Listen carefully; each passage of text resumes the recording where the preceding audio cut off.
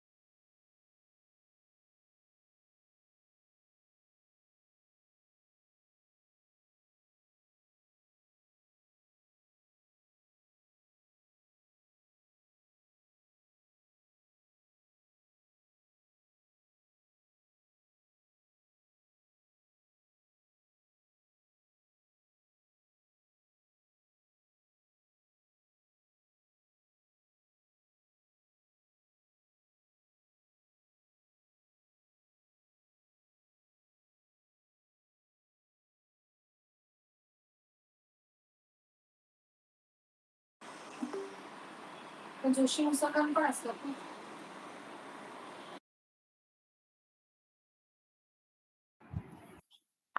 morning, Vartak sir.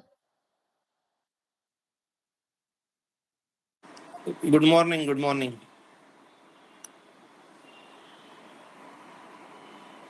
सुरू होतंय आता. हाँ sir, sharp 9:30. Okay, thank you.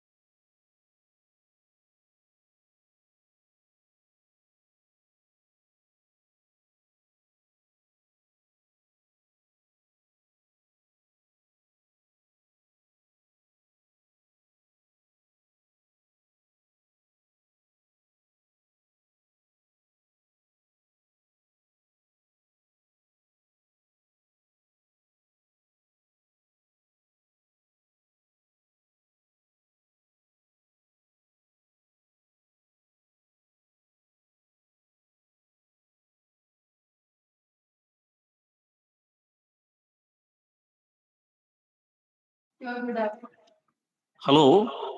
Hello, Dr. Ann. Hello, Dr. Ann. Hi, I'm here. Yeah, this Nice is to meet Dr. my video Nitin too. Sasane, the friend of Deepak Salonke. Yes, nice to meet you. Yeah, welcome, sir.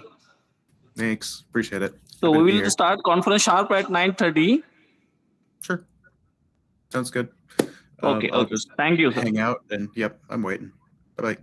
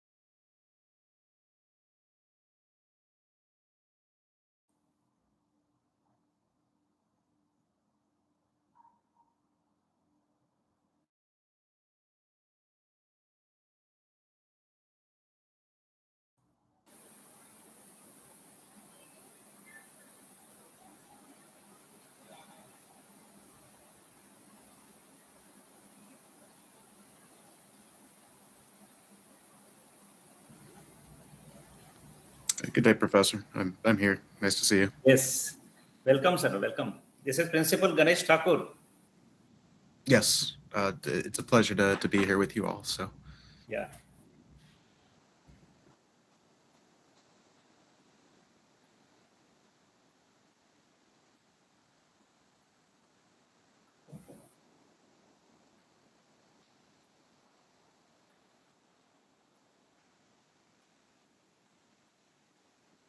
So we'll start in 2 minutes. Yeah.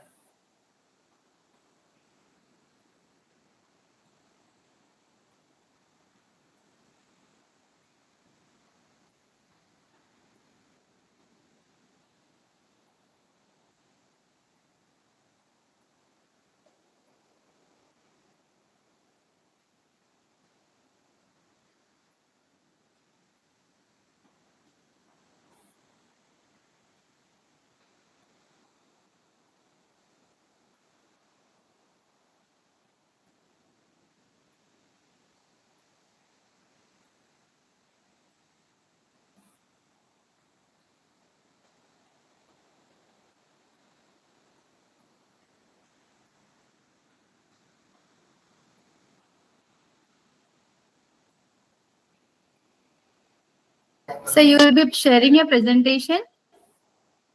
Okay. I think I need to wait to do that, right?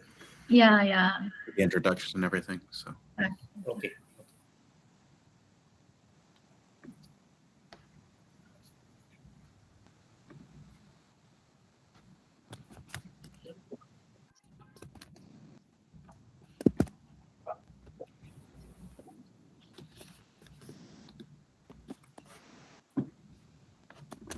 Science and Raigad.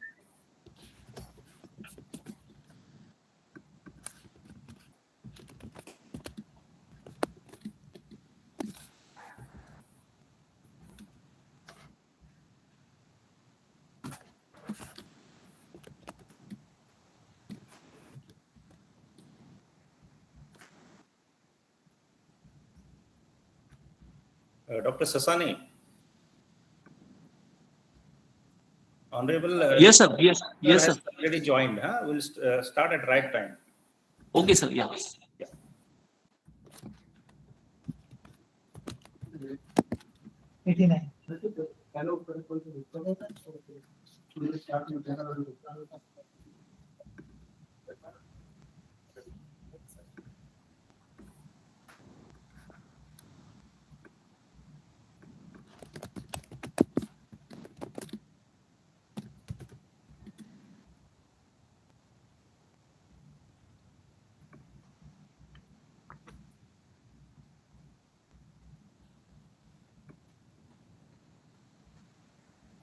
Madam, it's 9:30. You can start. Proceed.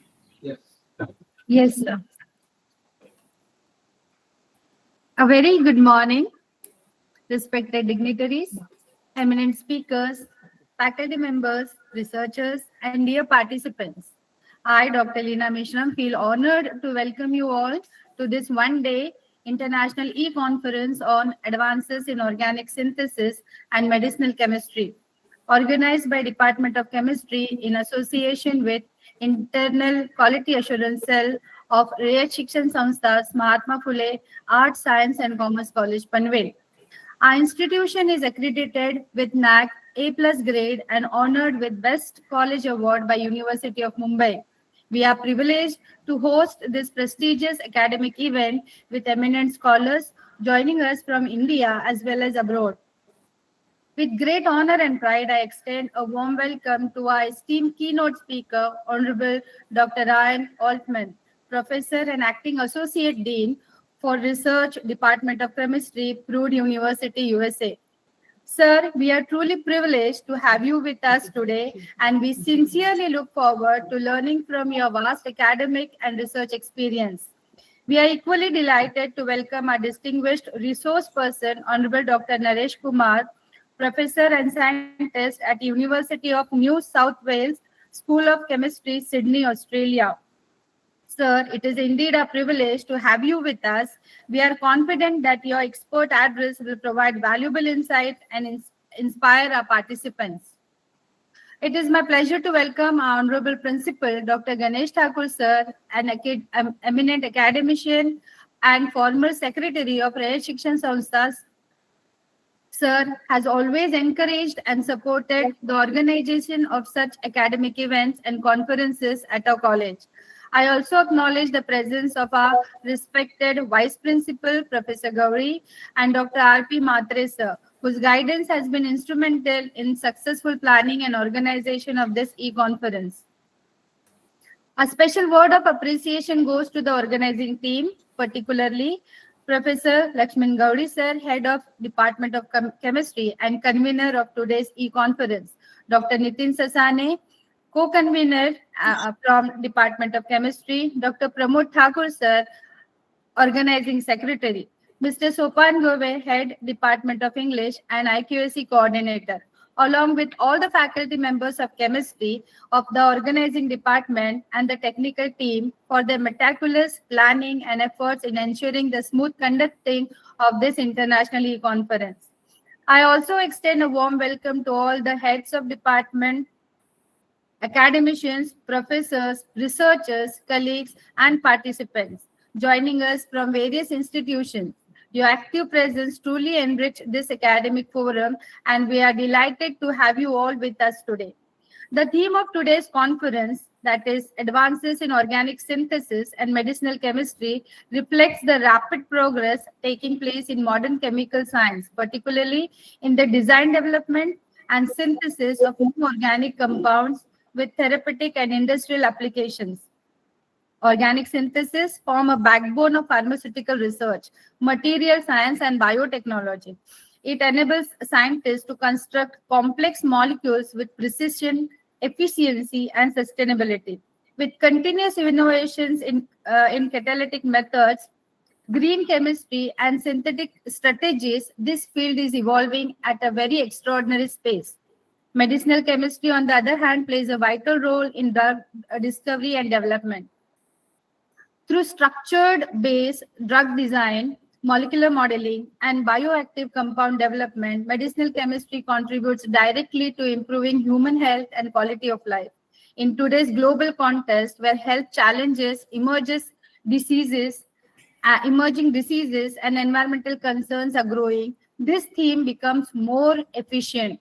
Advances in organic synthesis helps in developing eco-friendly processes, while progress in medicinal chemistry supports the creation of innovative treatments for complex diseases. This conference will provide a platform for academicians, researchers, scientists, and students to exchange their ideas, share recent findings, and explore collaborative opportunities. We are very confident that the deliberation and discussion today will inspire new perspectives, strengthen research culture, and contribute meaningfully to the scientific and societal development. To formally inaugurate the conference by delivering the welcome address, I invite Honorable Principal Dr. Ganesh Thakur, sir, a distinguished leader in higher education and former Secretary of Rayat Shikshan Sanstha. Sir has made a remarkable contribution to academics and institutional leadership, earning a wide recognition through several prestigious honors, including the Best Principal Award from University of Mumbai and the Prabodhankar Thackeray Ideal Principal Award from Rayat Shikshan Sanstha. He has also been honored with the prestigious state-level Kulaba Jeevan Gaurav Puraskar 2026 Alibag in recognition for his outstanding contribution in the field of education. His vision, dedication, and commitment to academic excellence continues to inspire us all. I request Sir to deliver the welcome address and share his valuable thought with us. Sir, please. Thank you, madam. Hello, everyone. At the outset, I pay my tribute to great social reformer and visionary educationist Mahatma Jyotiba Phule and Karmavir Bhavarao Patil for their selfless service to the masses. Dignitaries present on the online platform for this international e-conference, keynote speaker, Honorable Professor Rian Altman, sir, James Tarpo Jr. and Margaret Tarpo, Department of Chemistry, Purdue University, United States of America, resource person, Honorable Professor Naresh Kumar Sir, School of Chemistry, University of New South Wales, Sydney, Australia. Chairpersons of Technical Session, Dr. Bibhisan Roy, Department of Chemistry, Hemavati Nandan Bahuguna University, Srinagar, Uttarakhand. Dr. Bhushan Popatkar, Department of Chemistry, University of Mumbai. Dr. Preeti Patel, Department of Pharmacology, Dr. L.H. Hiranandani, College of Pharmacy, Ulhasnagar. All the participants from various countries and various states of India, principals of various institutes, Vice Principal of our college, Dr. Ramesh Matre, convener of this e-conference, Vice Principal and Head Department of Chemistry, Dr. Lakshuman Gauli, Coordinator of Internal Quality Assurance Cell, Mr. Supan Bove, co-convener of this e-conference, Dr. Nitin Sasane, Organizing Secretary, Dr. Pramod Thakur, research scholars, faculty members, and dear students. It is my extreme pleasure to welcome you all for this international e-conference organized by Department of Chemistry in association with Internal Quality Assurance Cell of our college on the topic Advances in Organic Synthesis and Medicinal Chemistry. Dear participants, our college is run by our parent institution, Rayat Shikshan Sanstha, which is one of the largest educational institutions in Asia, founded by Padma Bhushan Dr. Bhaurao Paigonda Patil in 1919. Education through self-help is the motto of our parent institution, and it strives to uplift the education standard of deprived, downtrodden section of the society. State government as well as central government has honored our parent institution with prestigious awards for its praiseworthy contribution in the field of education. Our college, Mahatma Phule ASC College Panvel, was established in 1970 with a vision to provide quality education to all classes of the society. We all are marching ahead with the same principles to achieve the excellence in the field of higher education. I feel very proud to mention some of our outstanding achievements in the recent past. A+ grade in 4 cycle of NAC accreditation, Best College Award from University of Mumbai, Karmavir Puraskar from our parent institution, ISO certification from International Accreditation Forum, and DBT Star College grant from Government of India. We all are working with dedication and devotion to achieve some short-term and long-term goals as per our perspective plan in the days to come. Today's International E-Conference is organized to understand the recent developments in organic synthesis and medicinal chemistry. The present organic synthesis trend includes the invention of novel methods for the efficient and selective synthesis of complicated chemicals, as well as the use of environment-friendly and sustainable technologies. Another aspect is the use of computational methods to design and optimize synthetic pathways, as well as to predict the properties of new molecules. There is growing interest in the use of renewable starting materials and formation of more sustainable synthetic processes. Chemical synthesis is used to create all commercially significant products in the pharmaceutical, polymer, fine and bulk chemical industries. The efficient use of reactants and reagents via a thorough understanding and control of reaction variables is correlated to the success of chemical synthesis. Recent trends in organic synthesis are driven by sustainability, efficiency, and selectivity with key focus areas including green chemistry, photocatalysis, machine learning, artificial intelligence, microwave-assisted synthesis, biocatalysis, and organocatalysis. The development of sustainable and green chemistry is a major trend in organic chemistry, focusing on the use of environment-friendly and economically viable methods for the synthesis of organic compounds. This includes use of renewable resources, reducing waste, pollution, and developing safer, more efficient chemical processes. Some examples are mechanochemistry. The term describes the application of mechanical power to chemical reactions.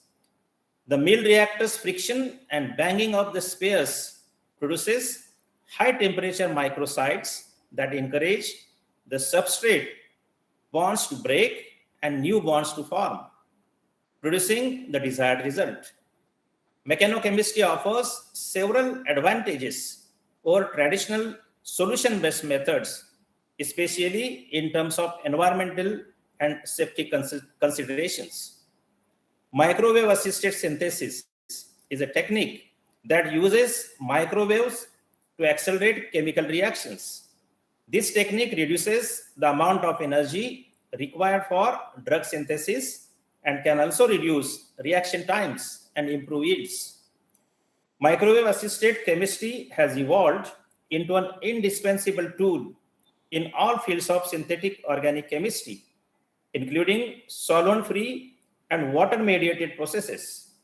In the past, chemical synthesis was carried out using traditional methods like hot water baths or burners, which were slow and inefficient. However, the invention of microwave oven for heating food led to the use of microwave energy to accelerate chemical synthesis.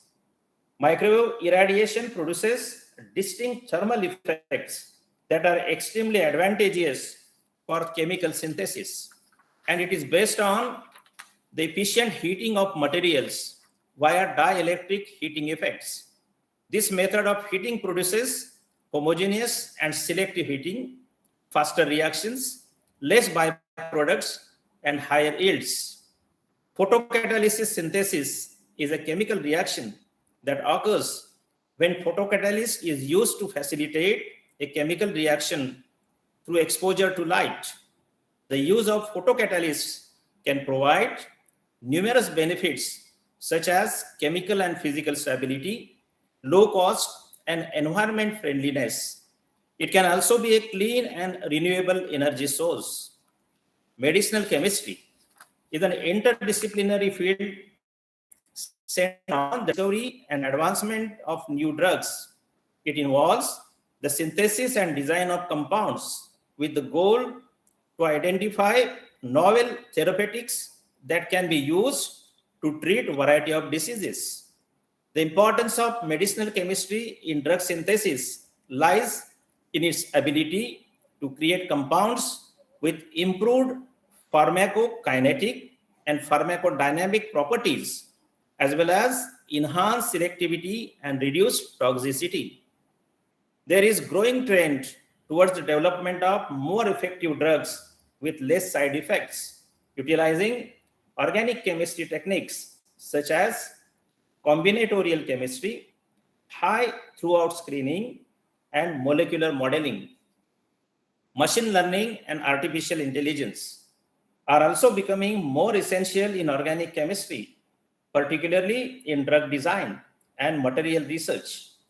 These techniques are being used to speed up synthesis of new chemicals and materials, as well as to anticipate their qualities based on their chemical structures. One important application of machine learning and artificial intelligence in drug manufacturing is in the prediction of biological activity of compounds.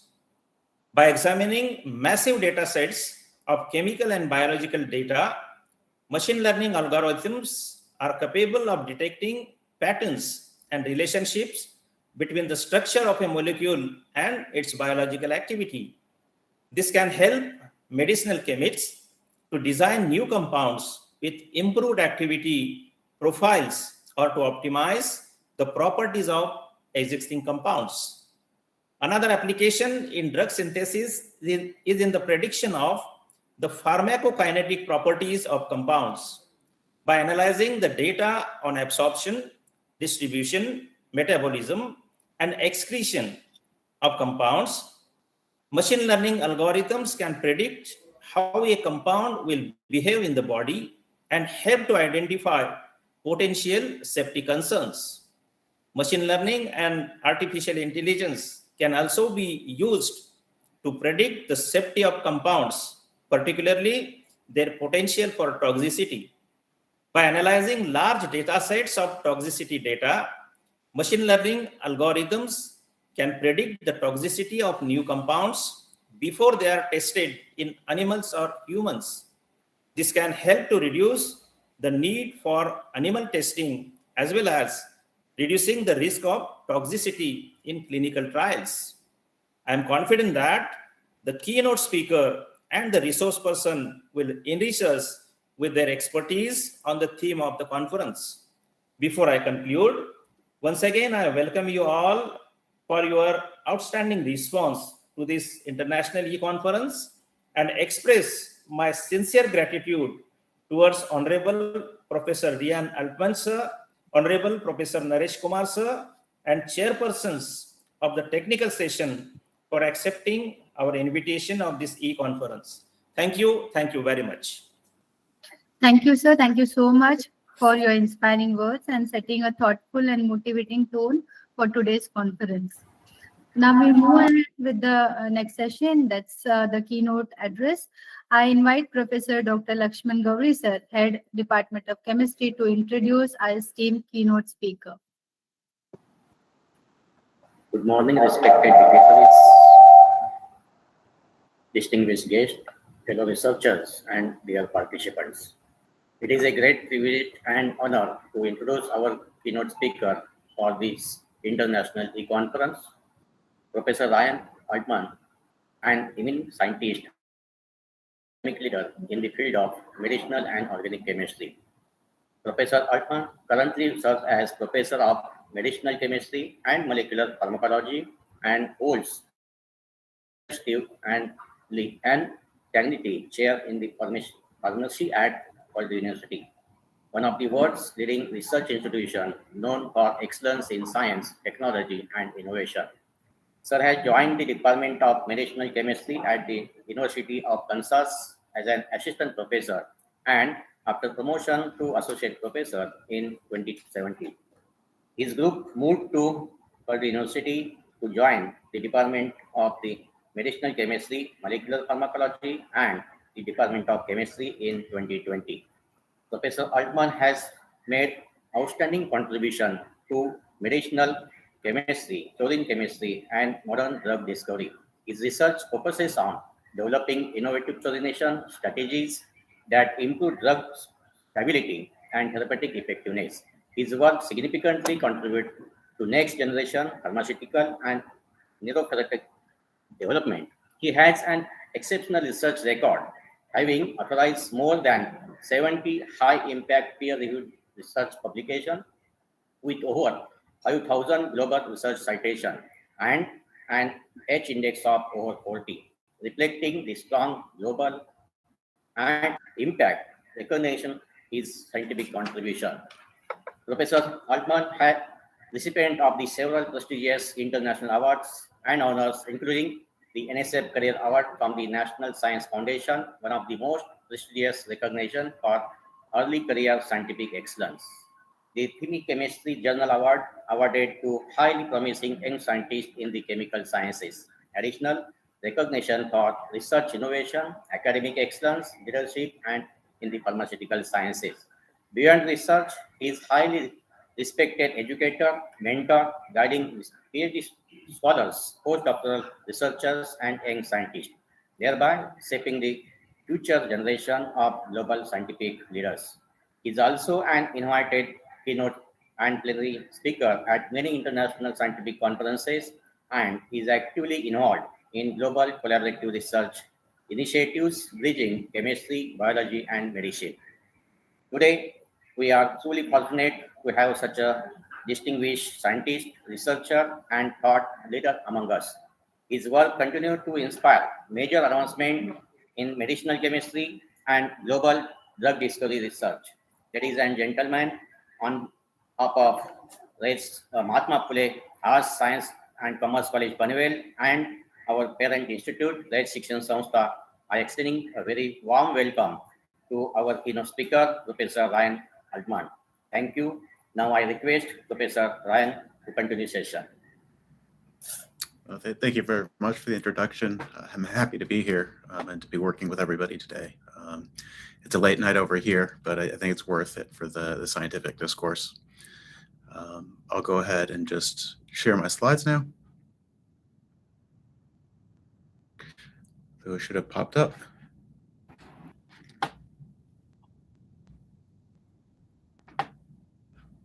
I know they're shared properly, so you can see the slide. Okay, great. So yes, happy to be here and share a story that transcends about 15 years worth of work involving transition metal reactions and specifically in the area of organofluorine chemistry. My group has been highly interested in organofluorine chemistry, and this inspiration to pursue the area of fluorine chemistry really goes back to my graduate school days, and it was an intellectual curiosity about the interplay between physical organic chemistry and medicinal chemistry that really drove my attention to this field. Let me grab my laser pointer real quick. There.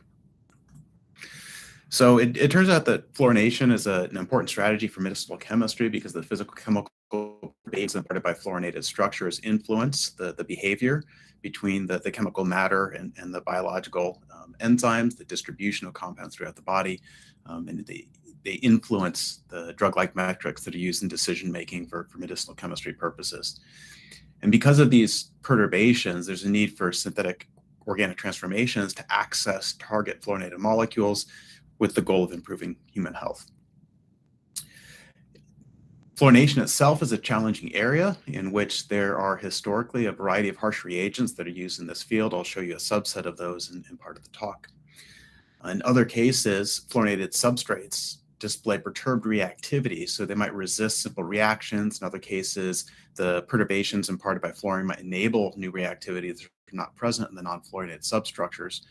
And as a result, there are a wide variety of specialized reagents and specialized strategies used in organofluorine chemistry. So it's a unique area with many niche strategies, and there are many opportunities for innovation. And it's been a fun area in which to work for about 15 years now. Just to calibrate everybody on some of the key transformations in the field, this is the deoxyfluorination reaction, which is a staple in organofluorine chemistry. This strategy takes an oxygen-based functional group, converts it into a fluorinated functional group. And this strategy has been used for several decades to access fluorinated compounds, and there are dozens of reagents that will execute this transformation. In contrast, at the beginning of my career, I was interested in alternate complementary transformation in which we might take simple oxygen-based functional groups and convert them into higher order perfluoroalkyl derivatives. At the time, this transformation required several synthetic steps, even though we proposed that you might be able to accomplish these types of transformations in one step, one pot. This would be a potentially useful transformation for a variety of applied chemists because of the perturbations in physical chemical properties that would be put into molecules by converting O-based functional groups that are very strong hydrogen bond donors and acceptors, converting those into fluoroalkyl groups that are going to be much greasier, much less prone to engage water through hydrogen bonding interactions. So there would be interest in a variety of industries if we could learn how to execute this transformation well. Over the years, we've probed various different strategies, deoxygenated strategies that I'll talk about predominantly today. And then we've also exploited fluorinated alkenes as key synthetic intermediates to link the O-based functional groups into fluoroalkyl derivatives. So that was the initial goal some 15 years ago. And as we've moved forward and developed this chemistry, we've expanded our goals and with the strategies might enable access to a broad subset of fluorinated substructures, all with specific biomedical purposes. So I'm going to highlight just a couple of transformations over the years. This will be the roadmap for the talk in which we can walk through different stages of the progress. Initially, our group was interested in catalytic transformation and copper catalyzed transformations before we progressed into palladium catalyzed transformations and then moved on to aromatic substructures.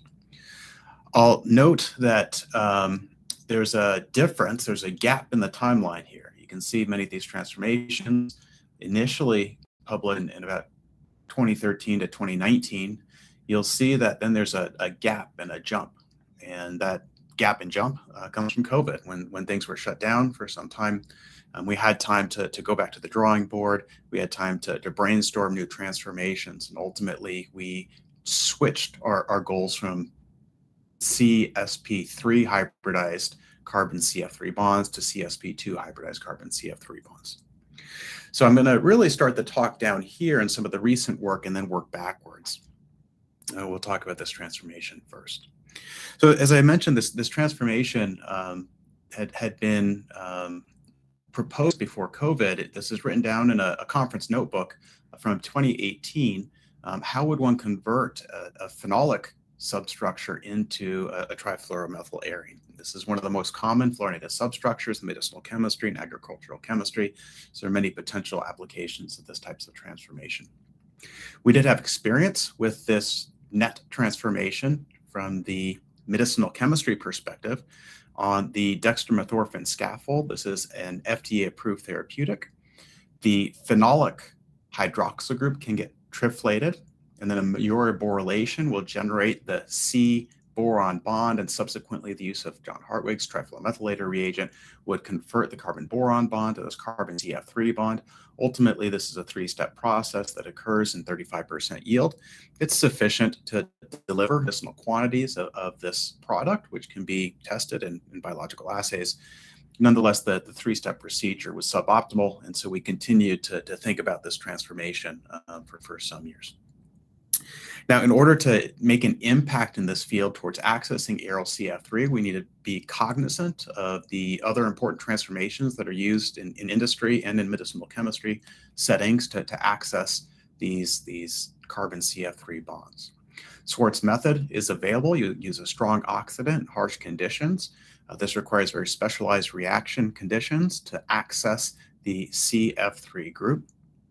Deoxyfluorination reactions can also be used. In this case, you might use the gaseous SF4 and HF at high temperature conditions. Again, these would preclude the presence of sensitive functional groups in a molecule, and you need specialized reactors to conduct either of these types of transformations. Radical fluoroalkylation chemistry is known, but these Minsky-like reactions can react at a variety of CH bonds in a molecule, so the selectivity for these transformations is generally poor. And when you would use a transition metal catalyzed reaction to convert aryl halides or pseudo halides into the trifluoromethyl derivatives, you're limited by substrate availability. Now, we can access many target molecules using these strategies. However, they're all challenged when presented with molecules of increasing complexity, sensitive functional groups that might undergo reactions, issues with regioselectivity for selectively reacting at one CH bond as opposed to others that might be in the molecule. And so we thought there's still a gap here, particularly when trying to access highly substituted aryl trifluoromethanes. So this is, as mentioned before, this is going back to the COVID shutdown when we could brainstorm and draw lots of different ideas up. One idea that came to mind was taking a phenolic substructure, reducing it with a transition metal catalyst to make this enone type substructure, and then somehow use the Rupert-Prakash reagent that's a surrogate of CF3- that can do one addition reactions to ketones. You might do a 1,2 addition reaction here and then identify conditions to conduct a net oxidation reaction to get back to the aryl substructure. It turns out that in these brainstorming sessions, we recognized another transformation that would be extremely useful, and that would be to start here at the enone substructure. And that could be a useful transformation because of the versatility of that substructure. We can do decades worth of functionalization reactions to introduce functional groups selectively at the alpha or beta positions. Gamma functionalization is known.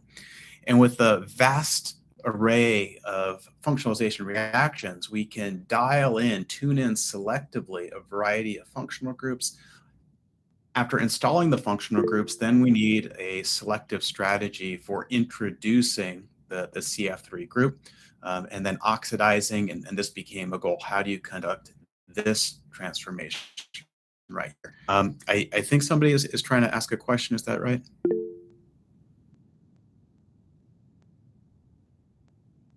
Is there a question there?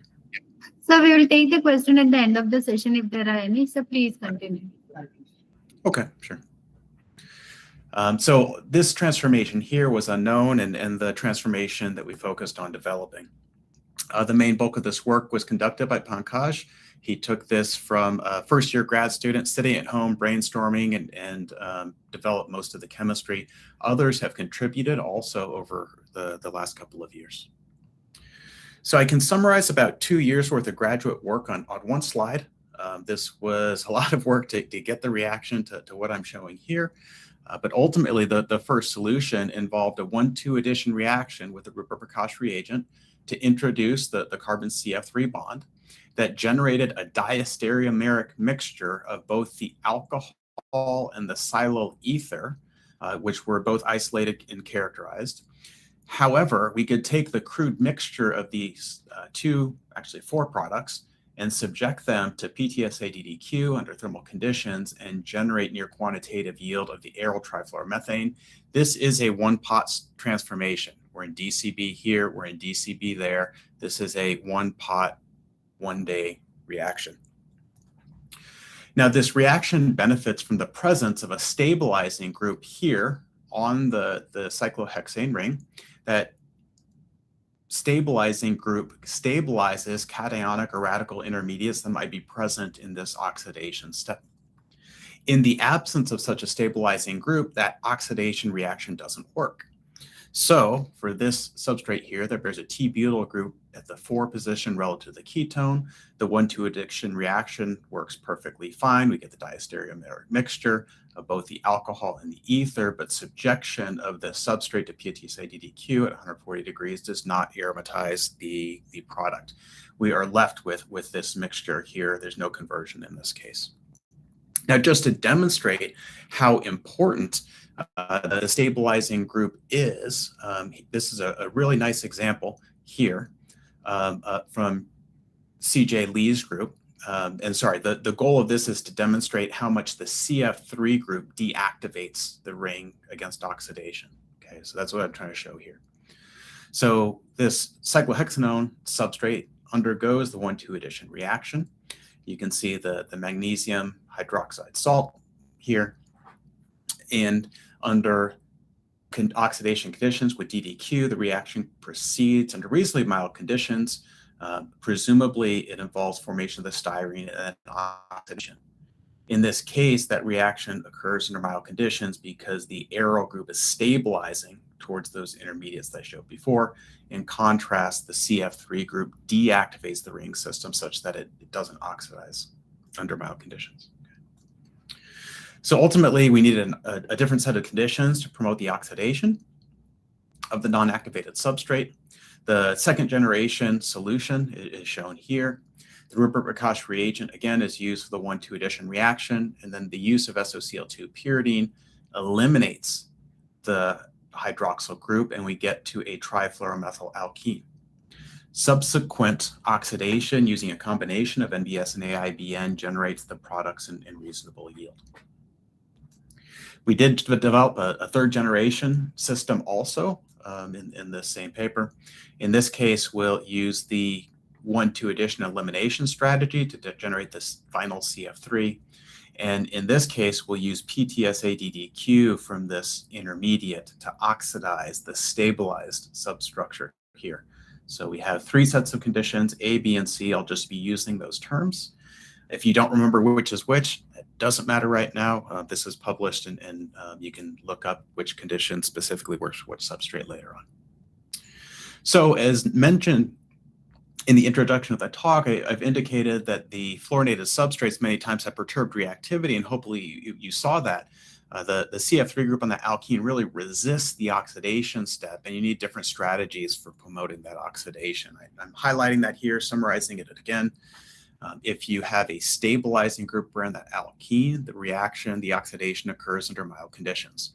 Once you put that CF3 in there, the reaction requires a much higher temperature. And that is a substructure that has a stabilizing group. If we don't have a stabilizing group there, then the oxidation doesn't work at all.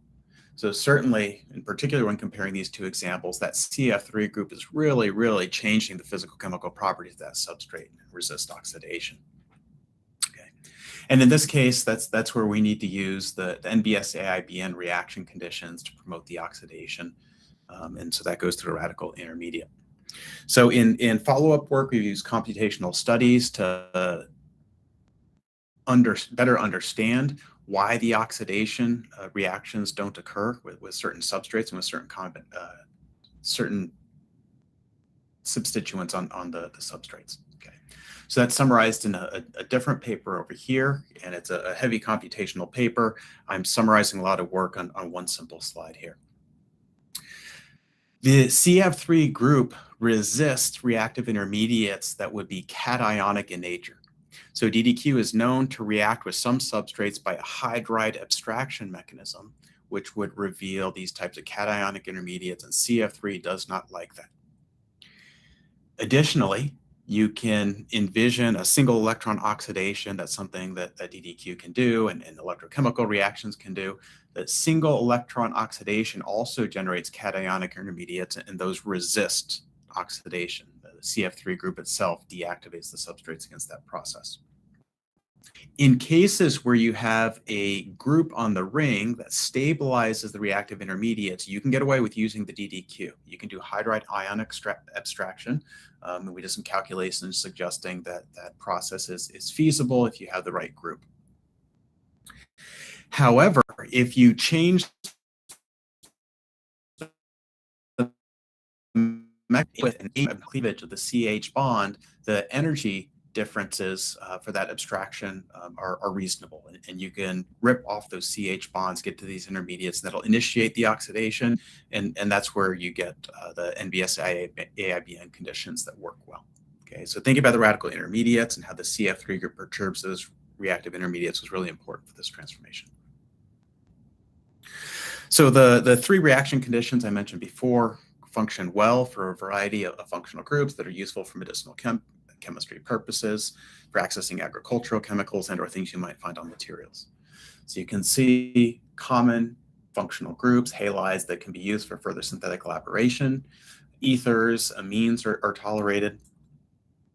Sensitive functional groups that might react with acid require lowering the temperature a little bit. You can get rid of the PTSA, and those reactions provide synthetically useful yields of products.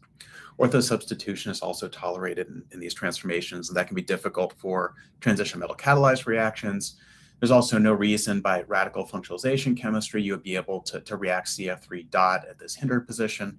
And if you had a substrate that, for example, had methyl reason, you would get the CH functionalization at the most hindered position there selectively. You get a mixture of all kinds of compounds. So we can access molecules that are difficult to access by other synthetic strategies. There are commercially available tetralone substrates that can be converted in a single pot to aryl trifluoromethanes to generate new compounds that have never before been accessed. In contrast, the halides or pseudohalides, the precursors that would be needed to access this molecule by some of the other transition metal catalyzed reactions don't exist or would be cost prohibitive to access in any reasonable quantities. And just here's another example. This is a precursor to an FDA-approved molecule, and it's reasonably cheap. We can convert it over to aryl trifluoromethane in one pot, and the precursors are not known for accessing this type of substructure. So using routine synthetic logic that we learned in sophomore organic chemistry, you can access a wide variety of molecules. So I'm just showing here a couple of examples of taking a simple precursor and building up complexity, building up more and more complex aryl trifluoromethanes. So a beta bromination reaction can deliver this enone that can undergo the conversion to make the aryl CF3, two-pot process. The bromo group here can undergo further synthetic elaboration in this case. You can access the Suzuki reaction first, followed by the trifluoromethylation aromatization strategy, conditions A that I showed before, that accesses the same product. If we want to introduce another substituent here in between the CF3 and this aryl ring, we can certainly do that by going back a step perhaps a chlorination reaction would give us the halide that we need, and then subjection to this substrate to condition C generates a tetrasubstituted aryl product. Now, perhaps one would want to have the halide here at this position and put the carbon-based position over here, ortho to the CF3. We could do that. We just need to go back to the precursor and recognize that we have an activated methylene here at this position. So perhaps we can change the synthetic sequence, introduce our carbon-based substituent first, and then do the bromination. Now we have the 1-2-3 pattern that I mentioned just a minute ago. And the deoxytrifluoromethylation aromatization reaction can proceed. And now we have another tetrasubstituted arene.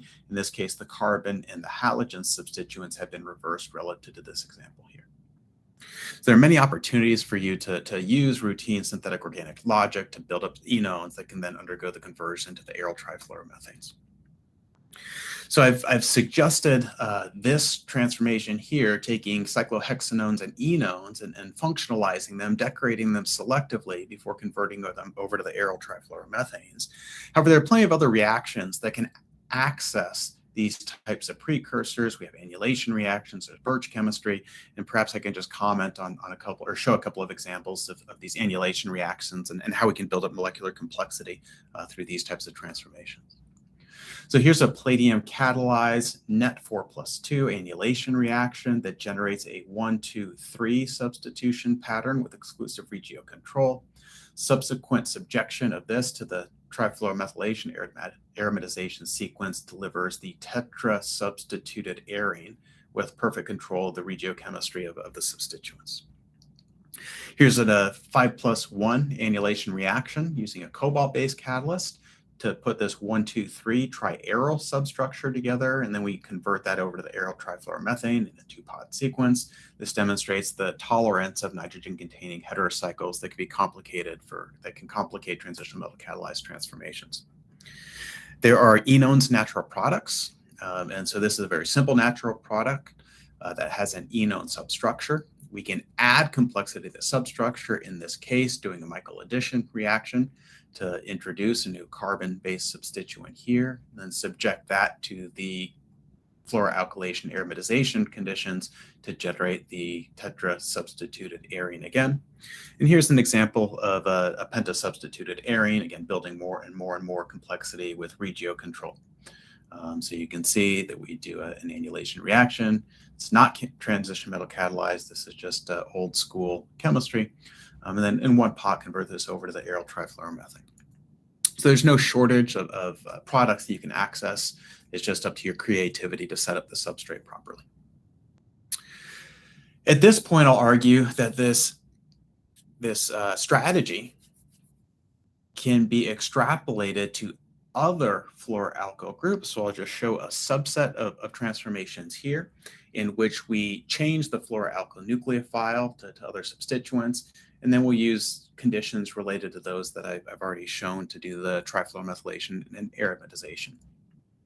Sorry, the aromatization. This is just the aromatization chemistry. So other perfluoroalkyl groups work perfectly fine in these transformations. You can see the ethyl, propyl, butyl substituents. You can see CF2H, this allyl substituted, homoallyl substituted derivative here. Those are all perfectly fine nucleophiles to use in this transformation. In contrast, we'll use different conditions for the aromatization when we use other heteroatom-based fluoroalkyl groups. This would be a difluoromethylketone, esters, fluorosulfones, phosphonates. Those all work perfectly fine. You'll note that there are different conditions used for the 1-2 addition reaction, and the details are published, so I won't go into too many details on that. Nonetheless, we can access a wide variety of different aryl fluoroalkyl groups at this position using this strategy. Heterocycles are also tolerated using this strategy. So you can see electron-rich substructures such as the carbazole, the indole, the thiophene. Electron-deficient substructures are here, and imidazoles that can be difficult to work with palladium-based catalyst systems are also tolerated in these transformations. Now, in these cases, the heterocycles are either benz annulated, so they're against the ring that undergoes the aromatization, or they're tethered outside of the ring that undergoes aromatization. But I haven't yet shown you examples in which the CF3 group is directly attached to the heterocycle itself.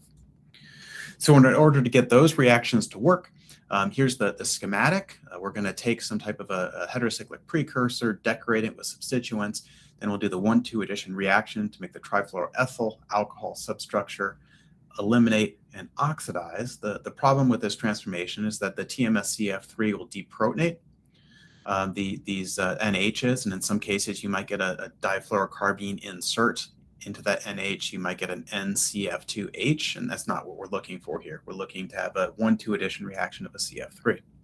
So we'll need a protecting group for this transformation. And if you select the appropriate protecting group, you can also exploit that protecting group to introduce one of the oxidations that you'll need en route to making the pyridine substructure. So hopefully you're thinking about what's the ideal protecting group that can also be used as a leaving group. And it turns out that sulfones are reasonably good for this. It can leave as either an anionic or radical species. Both of those are known in the literature. And so ultimately we could adapt that protecting group into the aromatization sequence. So here's a model substrate. You can see the sulfonamide protecting group there. The 1,2 addition reaction and elimination work perfectly well to make this vinyl trifluoromethane. And subsequently, we do a quick silica filter, remove some of the junk from the reaction. This is not a full column, it's just a quick flush, and then subject this to DDQ, and it aromatizes just fine. Okay. So that's where we were some months ago. In the background, we've been working on improving the reactions, trying to get the high temperatures back down to more reasonable conditions. We have new 4th and 5th generation conditions already that we're working on to promote the aromatization under mild conditions. We believe we have better conditions now for working with heterocycles we hope to come out with soon. And we are interested in expanding to other fluorinated functional groups that are important for medicinal chemistry and chemical biology. So that's an update on what's gone on in this chemistry over the last couple of years. And that project started in the COVID shutdown. And that's why we had this jump from the copper-based catalyst systems and jumped over into the aromatic systems here. And so at this point, I'll check the time first of all, okay? And then do a quick pivot and explain kind of our jump into palladium catalyzed transformations. Early on in my career, I'd mentioned we were using copper-based catalyst systems and developed some new reagents to convert these hydroxyl groups over to the trifluoromethanes. And we attempted to extrapolate that chemistry to other fluoroalkyl groups, and it turns out that the copper never worked when we're trying to access these fluorinated ketones. Nonetheless, palladium catalyst systems proved fruitful, and so we did a pivot and moved into palladium for a little bit, and that led us into some really interesting chemistry. So the fluorinated ketones themselves, I could take 25 minutes to introduce. They're really, really, really beautiful substructures because of the physical organic chemistry and how it influences the properties of the ketone, and I just can't talk about it right now in a synthetic talk. Nonetheless, I'll briefly mention that the substructure has been used for medicinal purposes for engaging a wide variety of targets. You'll see H&E-CoA reductase, you'll see serine and aspartate proteases. Here it's used as a conformational control element to hold this lactol into a cyclic form. It's been used in a wide variety of medicinal chemistry campaigns, and it's just really, really beautiful physical organic chemistry. But we're talking about synthetic organic chemistry right now. So we're talking about synthetic organic chemistry right now. And as a synthetic, as a synthetic organic chemist, we look at a carbonyl containing substructure, and we always think about retrosynthetically disconnecting the alpha beta bond. Perhaps we use that synthetically, perhaps we don't, but we're trained to think about alpha functionalization of ketone enolate derivatives. And in the case of these difluoroketone derivatives, that would reveal a difluoroketone enolate and some type of a cationic precursor.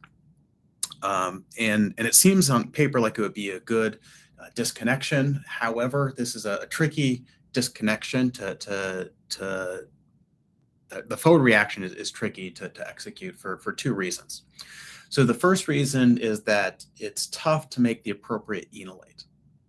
So if you have a fluorinated ketone that has this difluoromethyl group on one side and then just a non-fluorinated group on the other side, regardless of whether you use either strong bases or weak bases with an acidic additive, the deprotonation does not occur at the fluorinated position where you would want it. The deprotonation actually occurs at the internal non-fluorinated position. So you access this type of an enolate, not the desired difluoroketone enolate. So that's the first problem. Now, there are unique solutions to that. You can do a retro Claisen reaction. That was David Colby's really nice work. You can use like a difluorobromo precursor and use a reducing metal to make the enolate. There are strategies to get around that, but you cannot do it by deprotonation. The second challenge is that the enolate itself has perturbed reactivity relative to non-fluorinated enolate. So this is an example of a really simple enolate that will react with a methylating reagent, and this reaction does not occur at the C-alpha position. It actually occurs on oxygen. So you get this type of ether instead of the alpha functionalization the way one might want. So C-methylation is not observed. Again, there are some solutions to this. You can use super stoichiometric metal additives. This is a nice example of using HFIP, but that came out some years after what I'm about to show you. So this was not available at the time we were doing the palladium catalyzed chemistry. So our solution at the time was a little bit different. Our solution was to link the enolate precursor, here's the side that's going to form the enolate, to link that precursor to the substrate using CO2. And so that would allow us to use a palladium-based catalyst system to generate the CC bond that you see there in red. Now, intellectually, how does this reaction work? Well, we do an oxidative addition, and the decarboxylation event occurs within the solvent sphere of the palladium, so that actually puts the palladium right at the position we want. The palladium does not isomerize over to the internal position. That's the one that's easier to deprotonate. So by using the decarboxylator strategy, we make the appropriate enolate, and then we use a palladium 2 to palladium 0 reductive elimination to generate the CC bond that's difficult to make otherwise. So this is a reaction of benzylic substrates, and it enables the access to a variety of products, and we won't look at too many of them, just a couple here. You can tolerate heterocycles on either side, the benzyl moiety or over on the ketone moiety. You have electron-rich deficient groups are both tolerated over on the benzylic side. Now, this reaction itself is shown right here. I'm showing the blue bond. Now, that's the bond that's formed. It's formed by reaction of the substrate that bears the linker at the benzylic position. Now, as Ming-Hsu was developing this chemistry, there was always this annoying little side product that showed up in a couple of percent, 10%, 2%. Like there was always a little bit of this other thing in there, and it was kind of irritating. And it turns out that Ming-Hsu was a very rigorous scientist, really dug into side products and figured out what was going on. And the side product that was forming was an alternate product, unexpected, but it formed from the para-selective functionalization of this CH bond here. So again, we're activating the substrate over here on the ester, but somehow we're going to generate a new CC bond over there. And it's a little bit surprising how it happened. Ultimately, she learned how to improve the yield of that product. There were certain ligands that seemed to give a higher yield, but ultimately the base-mediated strategy was the way to go here. So when looking at these two conditions, the palladium-based catalyst system is the exact same, the solvent is the same, the temperature is the same. The only difference in those conditions is the presence of a base. So this reaction works for a variety of substructures. You can tolerate substituents at the ortho or meta position relative to the substrate, right? I'm saying ortho meta because I'm thinking about the linkage of the ester here. You can tolerate a variety of substructures over on the ketone moiety. And that's not necessarily what I want to highlight. What I really want to focus on is the role of the base and how the base controls the selectivity of this transformation. So this plot here has pKa of the base on the bottom and its selectivity for aerylation versus benzylation over here. The aerolation product would be on top. That's this unexpected product here. The benzylation reaction, that's the reaction that I showed first in this little vignette, is over here. Now, remember, 0 on this y-axis is not 0% yield. It just means high selectivity for benzylation. So let's talk about the types of bases that work well for this transformation. The bases that work well are sufficiently basic to deprotonate some type of intermediate. In order to be sufficiently basic, we're thinking about compounds that are 9 to 11, 12 maybe in terms of pKa. So they need to be strong enough of a base. They need to be reasonably small. As the bases get bigger and bigger, we lose selectivity. Remember, that's not low yield. We get a really high yield for the transformation. We just get the wrong product for this one. Now, the strength of the base is also important. I had mentioned that already a couple times in the slide. If you have other substructures that are not strong enough bases, you lose selectivity. And I love this comparison of DMAP right here that gives high selectivity relative to pyridine or dimethyl aniline that give really poor selectivity. So we also have kinetic data demonstrating that the base controls the selectivity. In this plot of this chart, we have equivalents of triethylamine here, 5%, 10%, 20, 50, 1, 2 equivalents. And you can see an increase in the initial rate of the reaction as we increase the concentration of the base. Now that change, the increase stops about 1 equivalent. We see no real benefit there, but the rate of the reaction also correlates with the selectivity for aerolation versus benzylation. So if we just have a little bit of amine, you can see that the selectivity still favors the benzyl product, but as we add more and more and more amine, the rate increases and the selectivity flips over and we start getting high selectivity for the aerolation. Okay, so the base is totally controlling the kinetics and the selectivity of this transformation. That base is super critical for this process. So before I get into some mechanistic studies, I'll outline the working hypothesis for what we think is going on here. Hopefully that provides some context for the studies that I'm about to show. From a palladium 0-based catalyst system, an oxidative addition generates a pi-benzyl intermediate and a carboxylate anion. You can see the split of the substrate right there. At this point, you would expect dissociation of a weakly coordinating carboxylate, so you might expect some crossover at that point. After decarboxylation, the anionic ligand will reattach to palladium, and then you have an equilibrium between the O-bound enolate and the C-bound enolate. Reductive elimination of the CC bond from the C-bound enolate could generate the benzylation product that we observed in that first reaction. Now, from the O-bound enolate, I've drawn it suggestively such that you can see that the alpha position of the enolate geometrically can present over the 4 position of the pi-benzyl system. Okay, so if you make a model, ball and stick, or computational, I'll show you some computations a little bit, the alpha position is in proximity to that 4 position of the substrate. And then a pericyclic rearrangement will de-aromatize the aryl ring and present an acidic methine proton here. Okay. So it's acidic because it's allylic to 2 alkenes there. And it also is alpha to this fluoroalkyl group, so that's also acidifying this position. So perhaps a base might be able to deprotonate that, transfer the proton over to the benzylic position, re-aromatize the system, and ultimately regenerate the palladium 0 catalyst to continue the cycle. Okay, so this is the working mechanism, working hypothesis, and I'll walk you through a range of quick mechanistic studies that we've done to probe this process.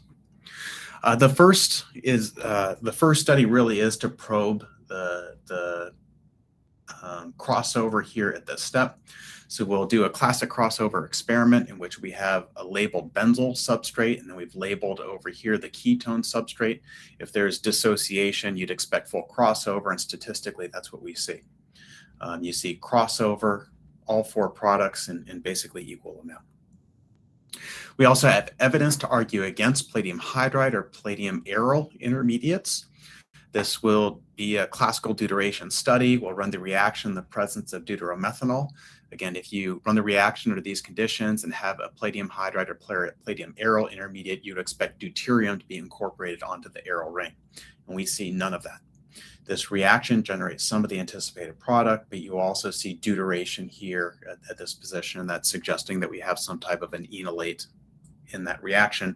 There's no scrambling of palladium, there's no scrambling of deuterium anywhere on this aryl substrate. Okay, so no palladium hydride, no palladium aryl intermediates. We do have explicit evidence that the hydrogen at the para position of the substrate transfers over to the benzylic position, and to probe that, we use this deuterated substrate. So the deuterium in this case, we can observe transfer over to the benzylic position with pretty good selectivity. Now that transfer of deuterium from the para position over to the benzylic position happens at the end of the transformation.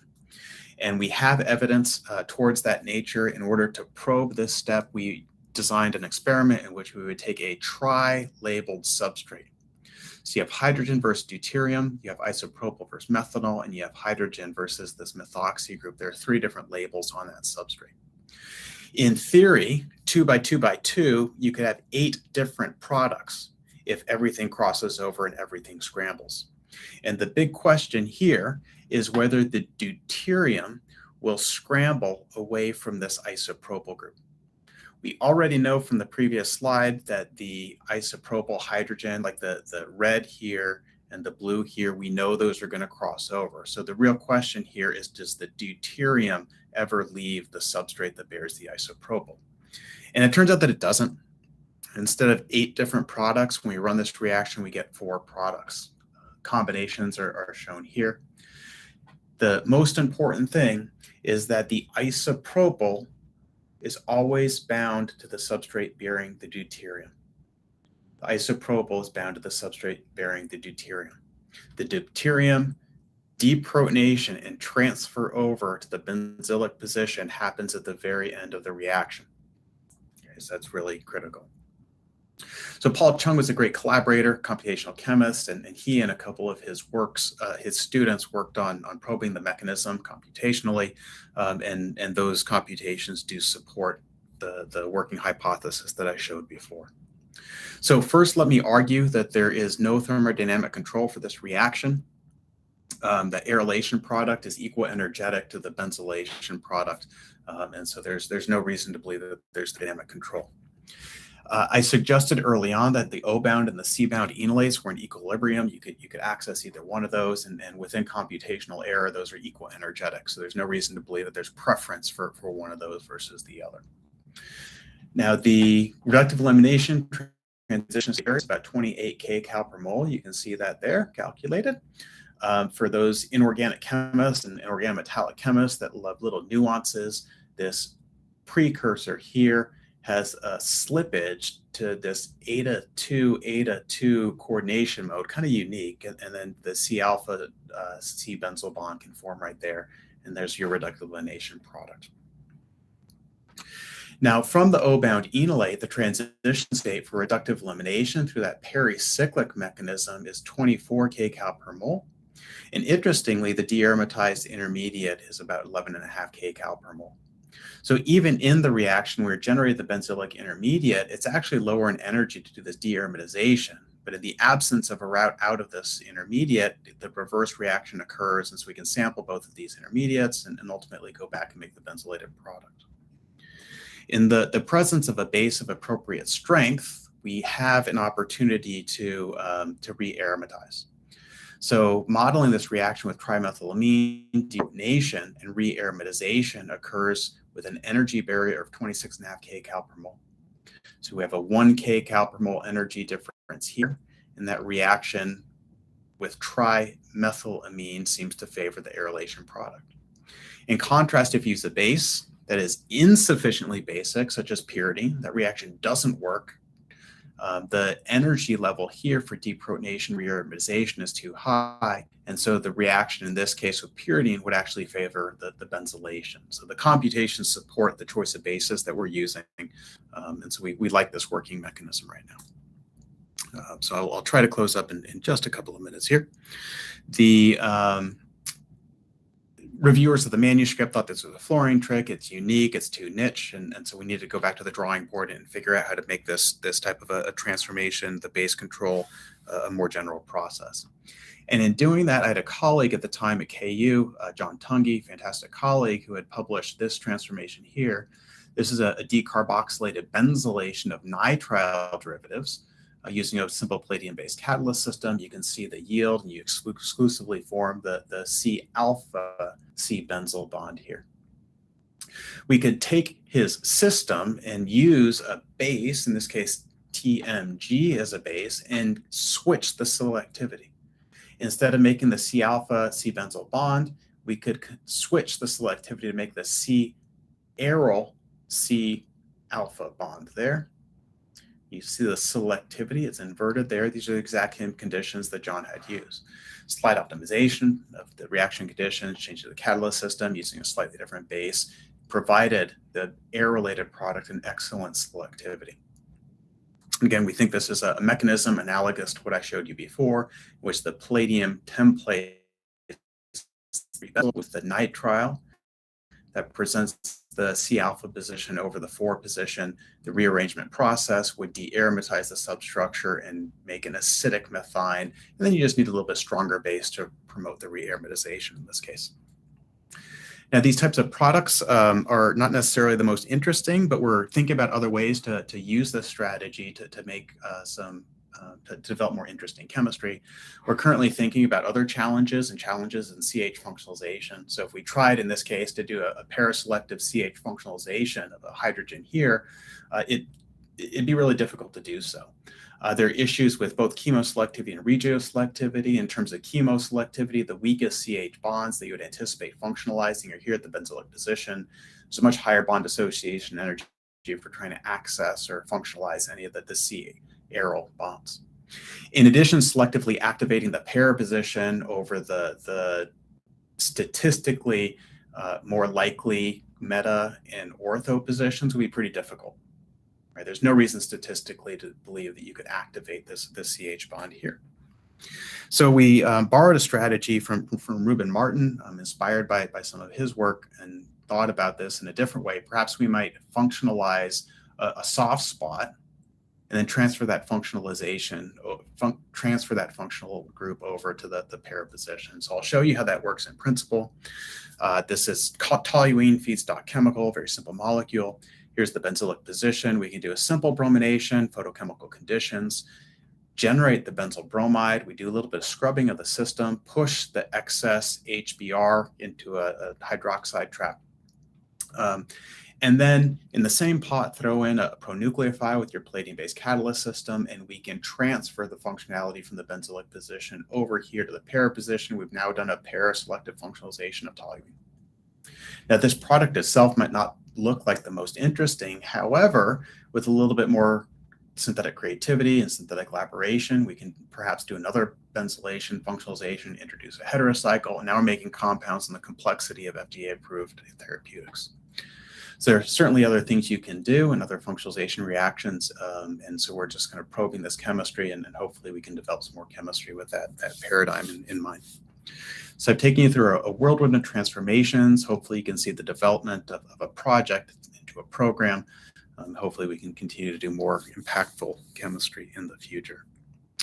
So I've introduced the individuals that did the work. They went throughout the talk. Very grateful to them, very grateful to the funding agencies here. Most of the work that was done was supported by the agencies highlighted here. Very appreciative of the invitation to come share science with you.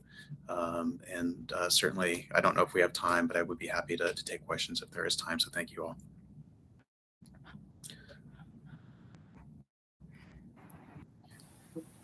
Thank you, sir.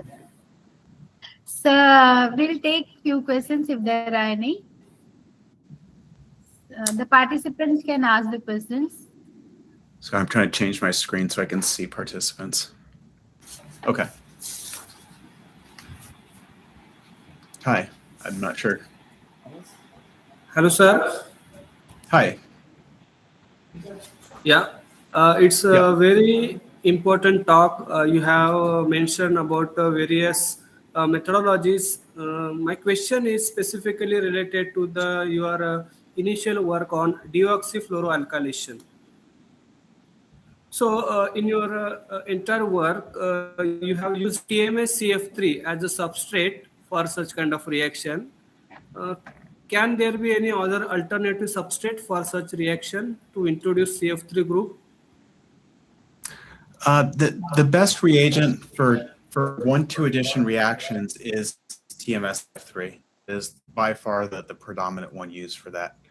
There are some other derivatives that are known, but I think we're probably 10,000 to 1 you use the TMS-CF.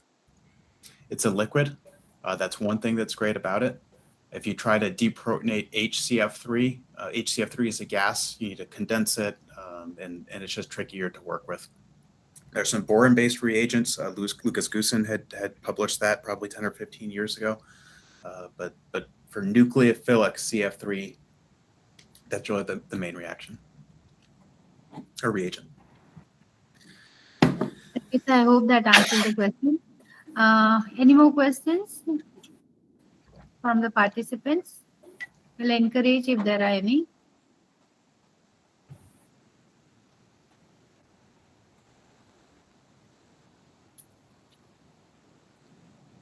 I hope there are no more questions, sir. Thank you, sir. Thank you so much for your insightful keynote address. The discussion on deoxytrifluoromethylation and various reaction conditions enabling efficient deoxytrifluoromethylation. I appreciate the clarity and the way you have addressed the scope and reaction optimization, and how it can expand synthetic possibilities, especially considering the importance in drug designing. Thank you so much, sir. Now move to the next session, and that is the vote of thanks for the keynote address. I now request Mr. Sopan Gove, sir, IQAC coordinator, to propose the vote of thanks for the keynote session. Sir, please. Thank you, madam.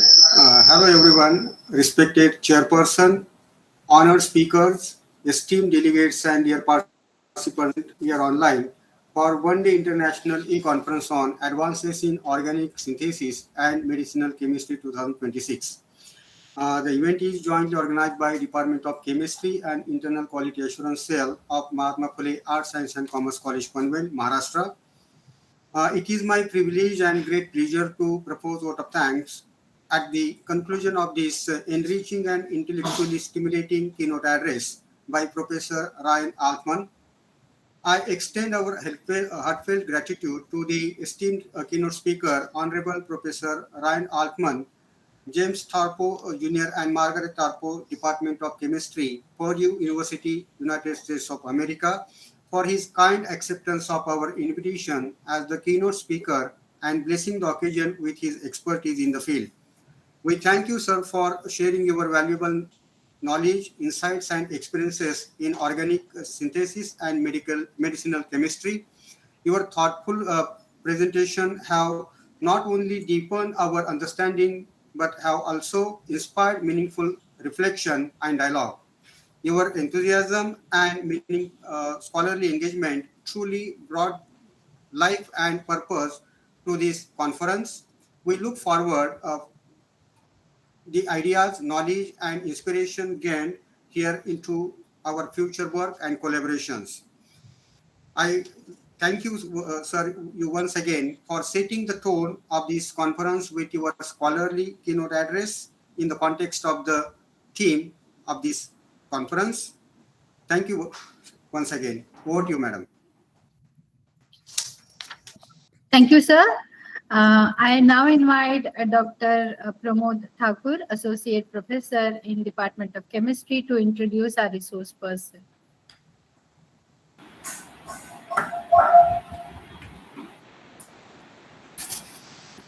Thank you, ma'am. Respected dignitaries, esteemed faculty members, researchers, and dear participants, it is my great pleasure and privilege to introduce our esteemed resource person for today's international e-conference on advances in organic synthesis and medicinal chemistry organized by our college. We are honored to welcome Honorable Professor Naresh Kumar as a distinguished academician and internationally acclaimed researcher in the field of medicinal and organic chemistry. We are truly fortunate to have such an outstanding scientist as our resource person. Honorable Professor Naresh Kumar is currently serving as a professor of medicinal and organic chemistry at the University of New South Wales, one of the world's leading research intensive university. He completed his PhD in organic chemistry from the University of Wollongong, Australia, laying a strong foundation for his remarkable scientific journey.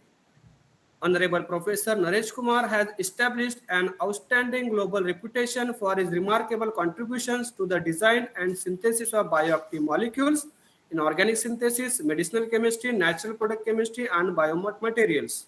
His research lies at the intersection of chemistry, biology, and medicine, focusing on the design and synthesis of biological active molecule with application in healthcare industry.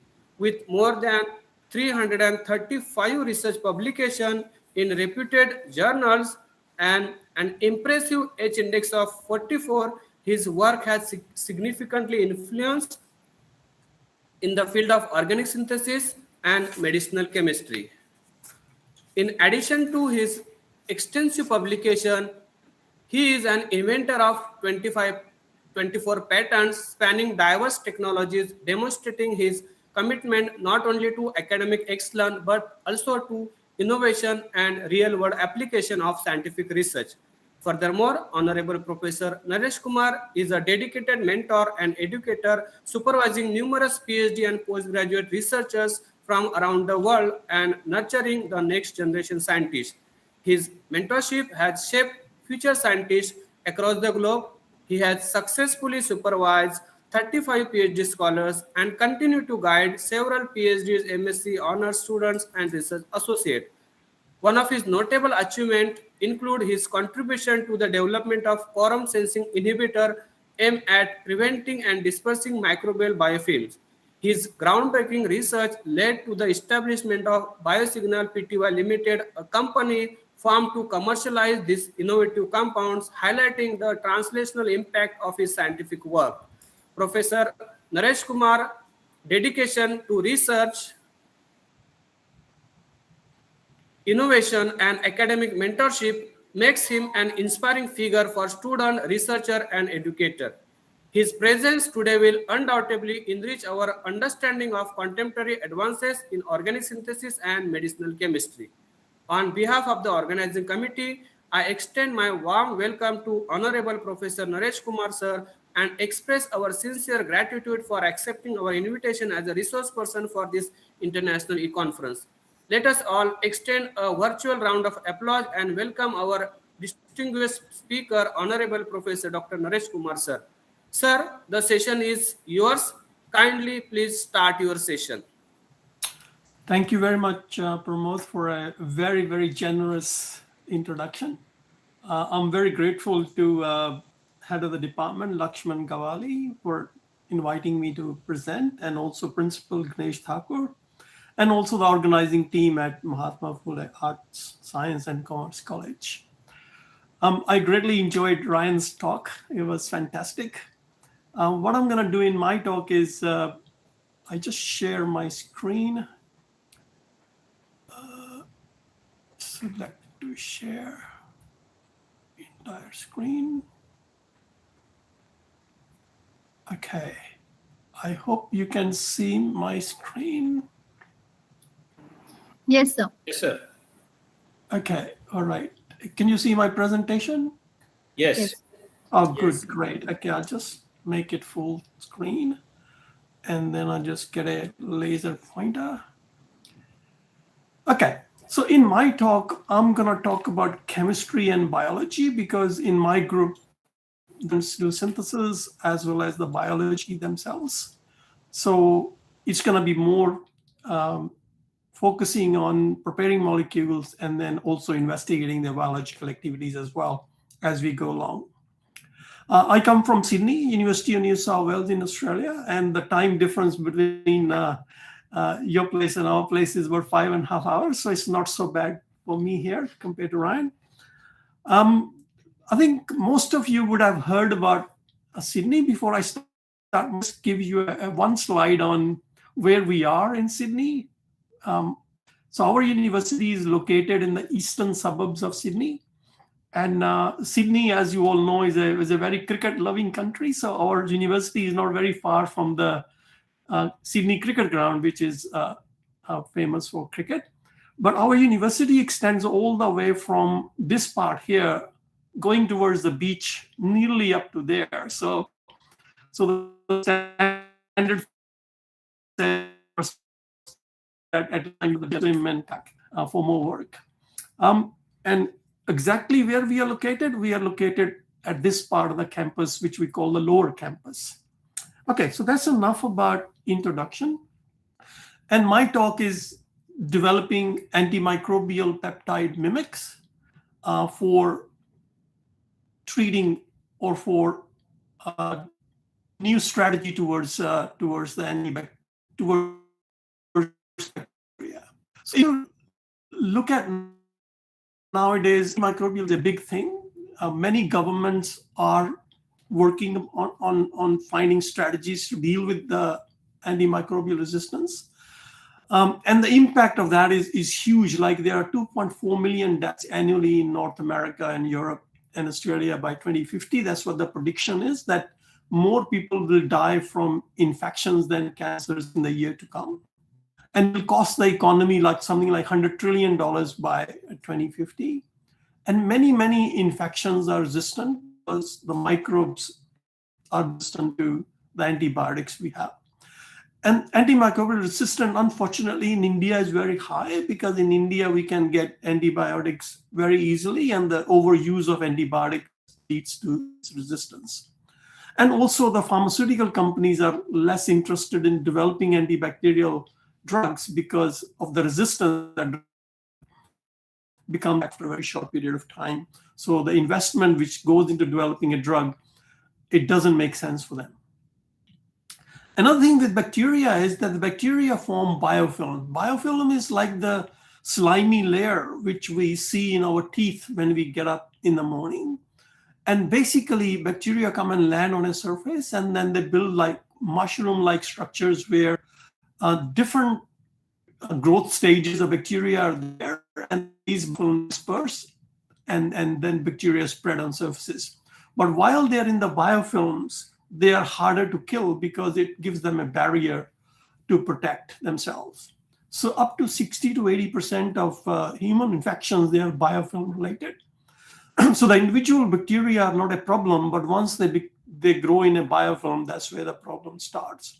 And it's source of chronic infection and up to 1,000 times more resistant compared to planktonic bacteria. And also it protects bacteria from the host immune responses. And also one of the reasons why bacteria are really hard to treat. So in my group, we are working on various strategies to target bacteria. And these include quorum sensing, where we're targeting communication in bacteria. We work on bacterial membrane disruptions, on polymerase inhibitors, efflux pump inhibitors, ROS compounds, and also siderophore conjugates. So today I'm going to talk mainly about compounds which interfere with bacterial membranes. And these are what we call peptidomimetics or antimicrobial peptide mimics. The idea for these peptidomimetics came from nature. Nature produced these molecules called antimicrobial peptides. All mammals, for example, use microbial peptides as a defense against bacteria and viruses. And AMPs, or short for antimicropeptide, is basically a limited number of amino acids linked together. They can range from 20 to something like 60 or 50 amino acids in a chain. And the common characteristics of the micropeptides is that they have a positive charge associated with them, as well as they have a sort of hydrophobic groups as well as cationic groups strategically located within them. The mechanism by which the antimicrobial peptides kill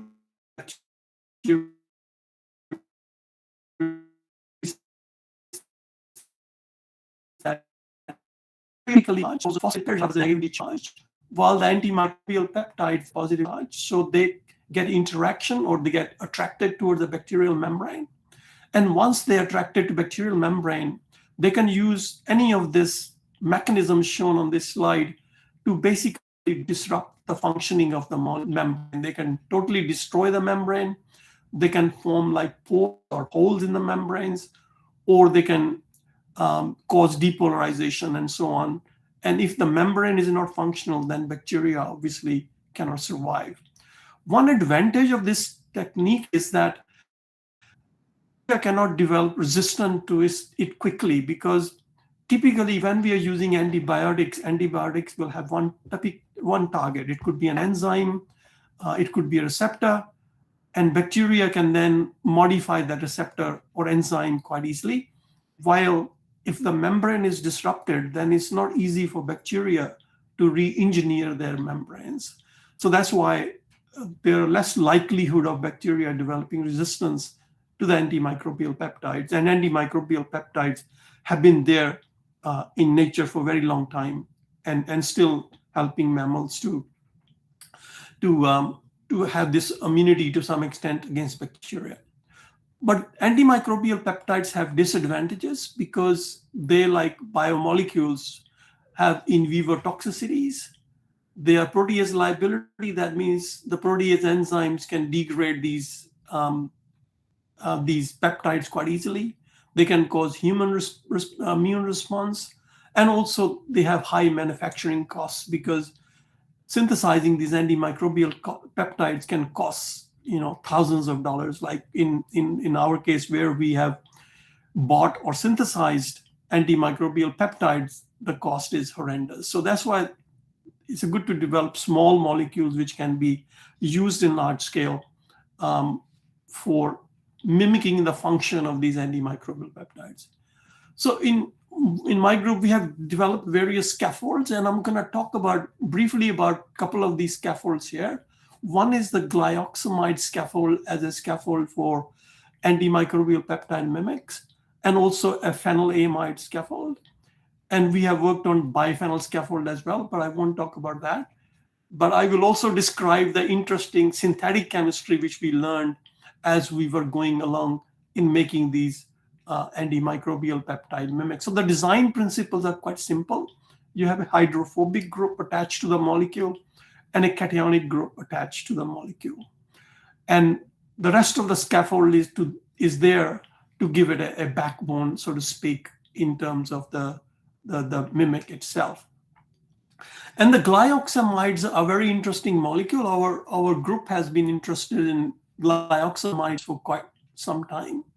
And the glyoxamides can be obtained very easily from an eastern molecule. So those students who don't know what a glyoxamide is when you got an extra carbonyl group next to your amide group, so that it becomes a glyoxamide. Or if this was an oxygen, then it will be a glyoxylic acid rather than a glyoxamide. And the glyoxamides can be easily derived from an acetone molecule, which is abundant in nature, a very cheap source of starting material. What we have learned in our group is that when we put an electron withdrawing group on this nitrogen, this carbonyl here, it behaves like an acid chloride and reacts very rapidly with amines or alcohols to ring open to form these glyoxamides. So the first thing we thought about when we start designing these peptide mimics based on glyoxamide was that can we just put a hydrophobic group on the nitrogen as an acyl group, so it's an electron withdrawing group, and then we can ring open that acetone with an amine which has a terminal cationic group, so that we can then have a molecule which is a simple molecule, has a hydrophobic functionality as well as the cationic functionality, but this glyoxamide gives it the special geometry which could be interesting in terms of the peptide mimics. And we also learned that you can make cyclic versions of these glyoxamides as well by introducing substituents, which can then allow the dimerization reaction to happen. And I'll also describe some of the interesting chemistry we learned along the way. So what we did was we came up with 3 series of design principles that we're going to prepare simple molecules where you have ring open it with an amine, and then that allows us to have a guanidine functionality at the end of the molecule and a hydrophobic group on the left-hand side. Series 2, where we replace this amine at the end with a lysine type amino acid and then convert the amine in the lysine to a guanidine, and also increase the number of positive charges in the molecule, because antimicrobial peptides typically will have more than one positive charge or more than one positively charged group. We decided to extend it and then see what the effect will be on the activity of these molecules. The naphthalene here, or the naphthoyl group here, we came up with this group after trying out many different hydrophobic groups, including alkyl groups, sulfonyl groups. We find that the naphthoyl group works the best in terms of the biological activity of these compounds. So the synthesis of these compounds is not terribly hard, it's quite easy. All we need to do is to take the acetone molecule and then simply substitute the nitrogen of the acetone with the benzoyl group, so that you get an electron withdrawing group placed on the nitrogen, and then you have naphthyl. But the good thing about acetone is that you can get a variety of substituents quite readily, and you can also investigate the effect of the substituent on the biological activity. So we can ring open that quite easily via an amine to get glyoxamides. And these reactions are quite high yielding. And then all we need to do is to deprotect the bulk group, which we put at the other end of the amine so that only one amine end reacts. And then removing the bulk group gives us the free amine compound. And the free amine compound can then be converted to a guanidine by the reagents which are readily available to give us the first series of compound which we wanted. For the second series of compound, all we did was started with the same benzoyl acetone compound we had, and then used a protected lysine amino acid, which is a methyl ester and a Bock protected amine, so that only one amine group reacts to ring open to give us that structure. And then we can remove the protecting group to generate the amine, and then amine can be converted to a guanidine group.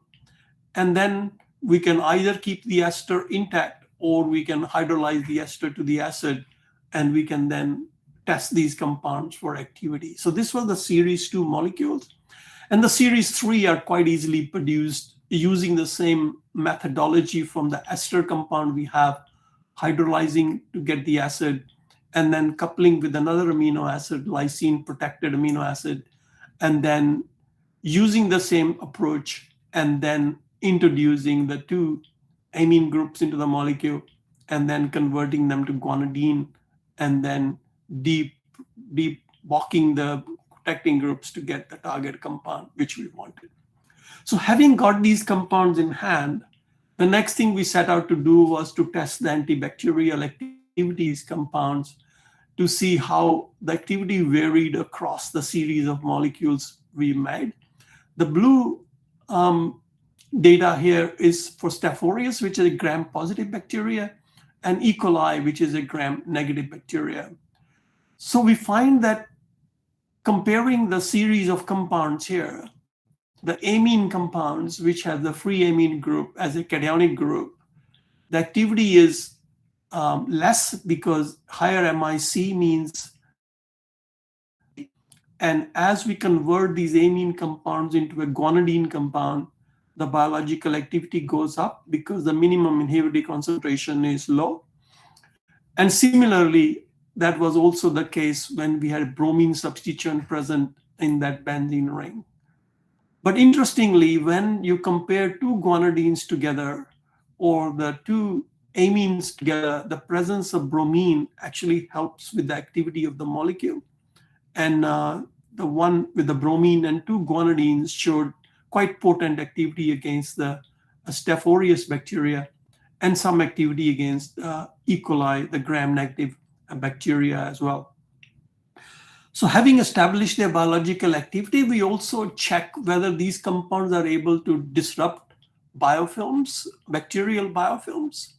So the slide on the right here is you got non-treated biofilm, and the treated biofilm with the compound is treated with a stain. The green fluorescence or the green color basically means the bacteria are alive, while the red shows that the bacteria are dead, and these are produced by the confocal microscopy. And we can measure the amount of biofilm disruption activity for these compounds, and we were able to show that these compounds can inhibit biofilm formation by more than 50% or more than 60% in some cases using these compounds. But one thing which is very important to test for these compounds is that they are not toxic to mammalian cells, because if the compound is toxic, then they can't really be used at all. So in order to test that, we always test the compounds against human lung fibroblast cells, and also compare what is the IC50 values of these compounds compared to their minimum inhibitory concentration for the activity of the compound. And we can see clearly here there's quite a bit of window between the activity or the minimum inhibitory concentration we get versus the cytotoxicity of these compounds. And across the board, we found that our compounds are not cytotoxic compared to the concentration at which they are active. And these compounds show quite a bit of promise in terms of developing it further in terms of the application we have in mind at the moment. One thing I want to emphasize now is that while we were working on this project from the perspective of developing antimicrobial peptide mimics, we discovered some interesting synthetic chemistry along the way. So in one of the projects, we were interested in using these glyoxylic ester we had to prepare a compound with a sulfur there so that we can prepare a benzothiazole molecule, for example. What we found was the reagent that is typically used to convert an amide into a thioamide, the Lawson reagent. The student found that he got a very small amount in the reaction of production of a very famous heterocyclic molecule, indole. And the student was very, very persistent, and he really wanted to find out how we got this compound and can we exploit this further. In the initial attempt, this compound was only isolated in trace amounts. And after some optimizations, he found that he can basically get this indole compound consistently in a reasonable yield. And the beauty of this starting material is that it's so easy to modify all the groups which are there around this molecule that we can develop a wide library of the compounds, of the indole compound, using this synthesis. So in terms of mechanism, we wondered what could be the possible mechanism for this indole synthesis. And the proposed mechanism we came up with is that typically the Lawson reagent has this structure, and the reaction is believed to involve the splitting of this Lawson reagent to give that intermediate. And then the reaction of the oxygen, the carbonyls which we have in the molecule, react with this Lawson reagent to effectively give a C double bond S bonds in the molecule via the mechanism shown on this slide. And once we have this intermediate, then you can imagine a cyclization happening to give us this intermediate 4, and then going to intermediate 5. And then there is extrusion of sulfur via the carbenes to give the indole compound. And we could detect sulfur during this reaction, so which sort of gave some evidence towards the mechanism which we were proposing for this reaction. And also, we found that when we have a nitrogen as an NH here, the yield is always around 40%. But if we put an alkyl group or a protecting group on the nitrogen here, then the yields are much higher. So that again sort of alluded towards a carbene mechanism, because carbene can insert into an NH bond quite easily. So that's possibly why the yields are higher with the nitrogen substituted compounds. And to show you the application of this synthesis is that we can make any ester compound we want basically using this strategy. It can tolerate any of the functionality which we have on the glyoxylic ester. And similarly, on the benzene ring, we can take any substituted acetone, chloro, fluoro, bromo, nitro, and convert that to the indole compound. Even the di-substituted acetones can be converted to the indole compound. We can also change the substituent at the 2 position of indole. It can be alkyl, it can be aryl, it can be even another indole molecule. So we can actually dimeric indoles can be generated using this procedure. Like I said, when we put a substituent on the nitrogen, then the yields are really quite high, like we got up to 98% when we had a methyl or a benzyl group, and quite high even with an allyl group. When we have amides, glyoxamides rather than glyoxylic esters, we started to see that the products that are formed, or the amides, indole amides that are formed, are also thioamides rather than the normal amides. Just showing you just an observation from a student, a keen student, and then expanding that into something really useful. And that's another example here where from the glyoxamides, we were able to generate these benzodiazepinone compounds, which are again, interesting heterocycle from biology point of view. Again, we were not particularly looking for ways of making these compounds. What we were doing here was basically generating antimicrobial peptide mimics, where instead of having the naphthoyl group on this nitrogen, we put another protected amino acid on that nitrogen, that is sort of alanine in this case. And when we deprotected that NH BOC group to the amine group, what we found was that instead of getting the free amine compound here, we ended up getting this benzodiazepinone compound. And again, we wondered what the mechanism of this reaction was, and that again shed light on what could be happening in this reaction. So the deprotection obviously gave the amine group, and the base converted the salt to the free amine, and the free amine then basically reacts with the carbonyl of the glyoxylic ester to give this cyclic structure. And this cyclic structure then undergoes dehydration to give us this benzodiazepinone compound. However, one thing we noticed in this reaction was that the product we were getting from this reaction was a racemic product. And that is possibly because we are using a base as a second step in this reaction, which probably removes that proton and then enolizes and then back to the ketone form, and then there is racemization in that reaction. But the beauty of then using acetone for this reaction is that we can prepare any ester which we want. It tolerates all sorts of ester groups. It tolerates amides. You can take any amides and then prepare amide substituted benzodiazepinones as well. And also, like I showed you before, we can also change the substituent on the benzene ring as well in terms of the analogs which we can make of using this simple chemistry. And we can also use various different amino acids as well in this reaction at this position to put all these substituents which are there. So really interesting and very easy to do reaction, and leading to the generation of biologically active heterocyclic molecules, just as a diversion from what the student was doing, and then they observed something different, and then they continue with that.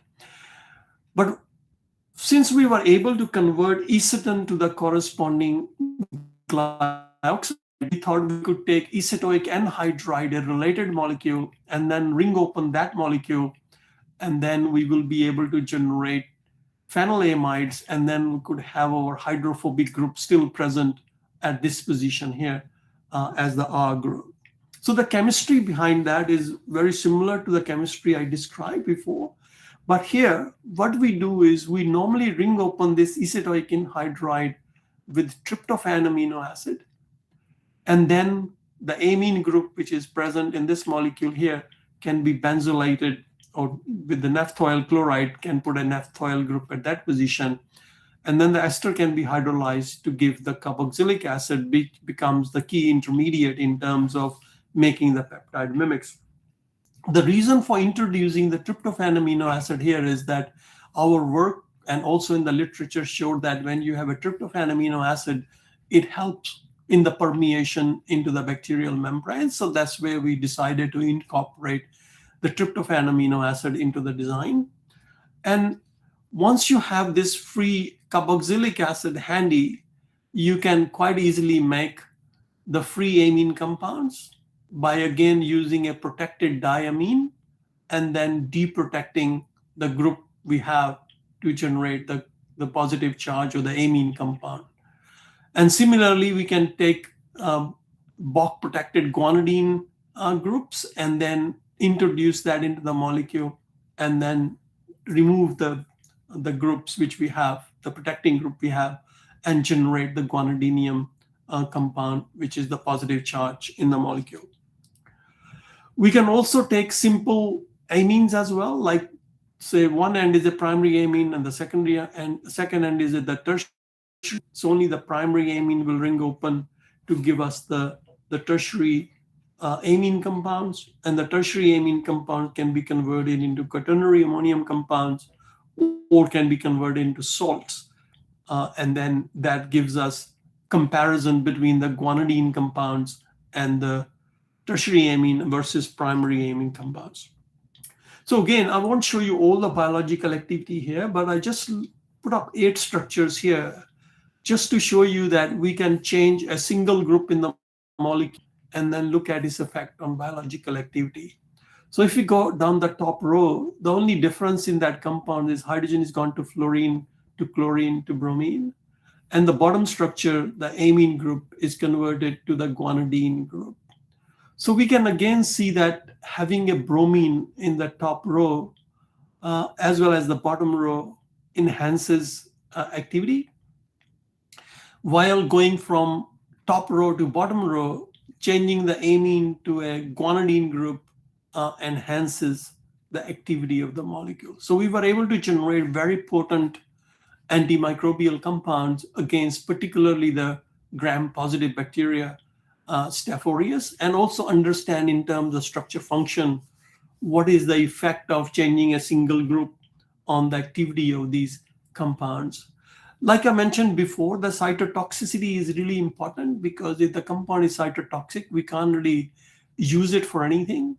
And what we found was that the compound which were primary amine and quaternary ammonium compounds, they tend to be cytotoxic, so they were toxic to bacterial cells. On the other hand, the guanidine compounds, which have the guanidine functionality, they don't affect the mammalian cell line even after 3 days of incubation together. So clearly the way forward here is using guanidine compounds and possibly substituted with a halogen in terms of their biological activity. We were also interested to see whether we can prove that these compounds do interact or disrupt bacterial membranes. So we do an assay here to measure that effect. We call that cytoplasmic membrane permeability assay, and it uses a cyanine dye. So basically the dye is incorporated into the bacterial membranes when we treat bacteria with this dye. And as the compounds are added, the membrane is disrupted. And if the membrane disrupted, the dye is released from the membrane. And you can measure the increase in the fluorescence as the dye is being released. And you can see that the effect of the release of the dye is very, very rapid with these compounds, that within a very short period of time, like 3 months, 3 minutes or so, that you get this disruption of bacterial membranes in these compounds. And as the membranes are disrupted, you can also check the viability of these bacteria, and the viability of bacteria goes also very rapidly down as well because of that.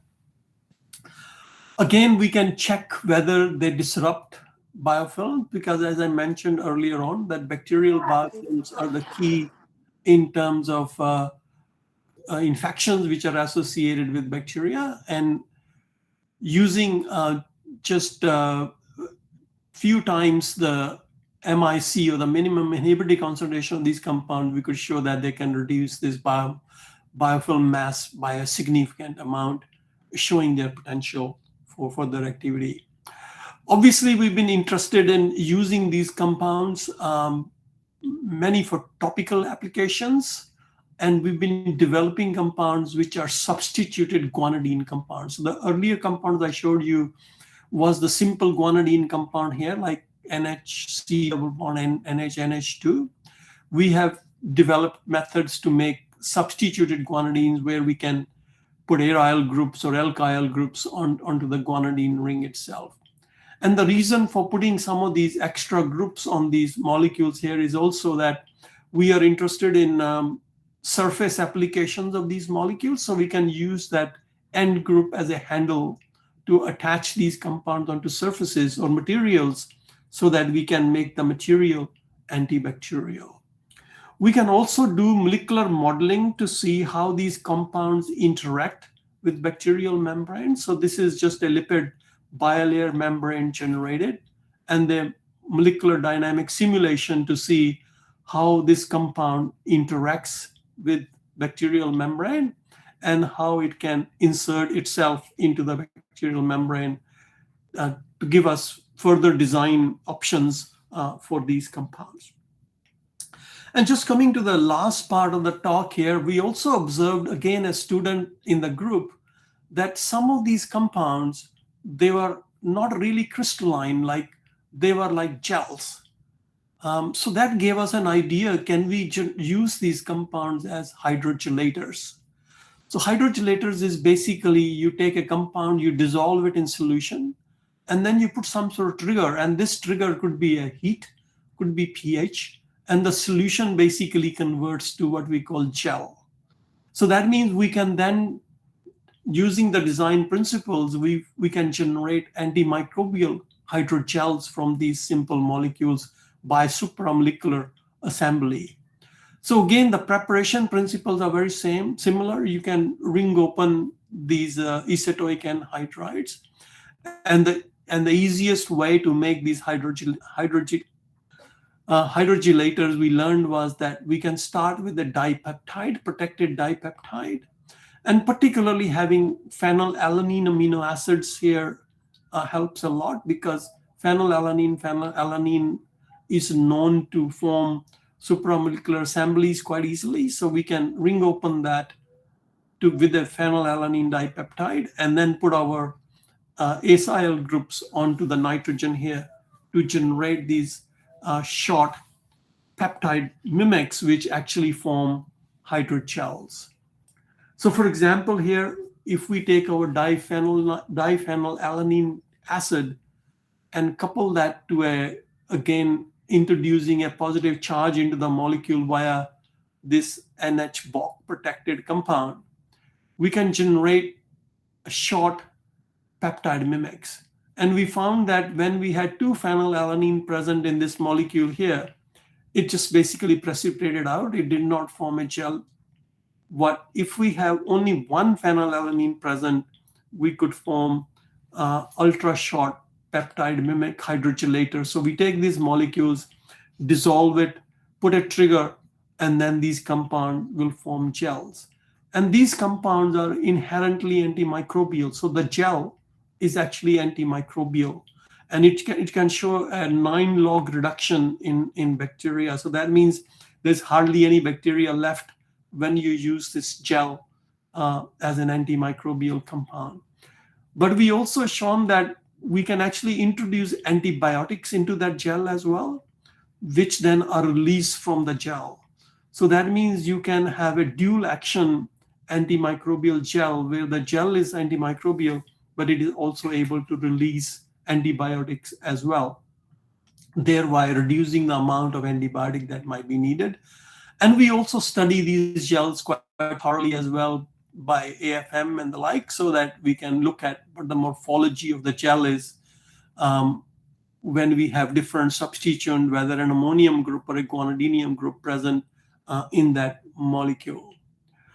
And again, this chemistry can be extended quite easily to dimeric or trimeric systems. So you can imagine that when you're reacting this compound with an acid chloride, you can use different kinds of diacid chloride or triacid chlorides to generate structures which are large structures. And these structures can obviously assemble then to form gels which show very interesting biological properties. And we have characterized these and investigated their behavior, that how structure of the molecule affect the gelation property of the molecule. Just the last slide here, we have extended our work from the antimicrobial peptides to now antimicrobial peptoids as well.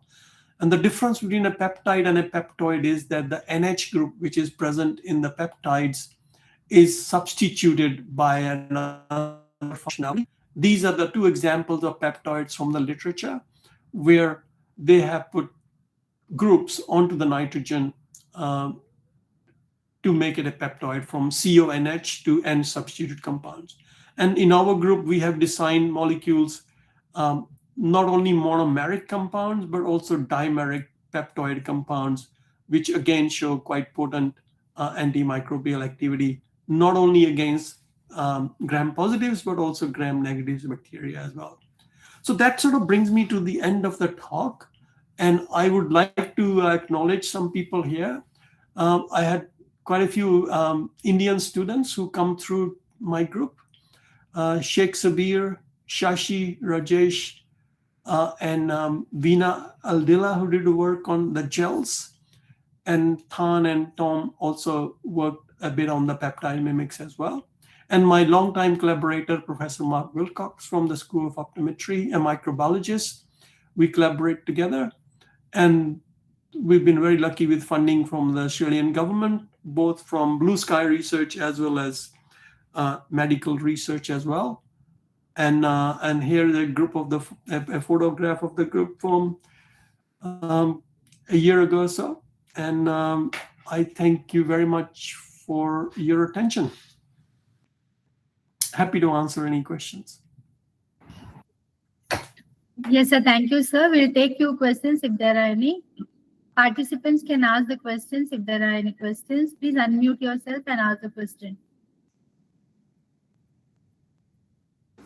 Okay, stop sharing so that you can see me better. Hello, sir. Yep. Sir, first of all, thank you for insightful and excellent presentation.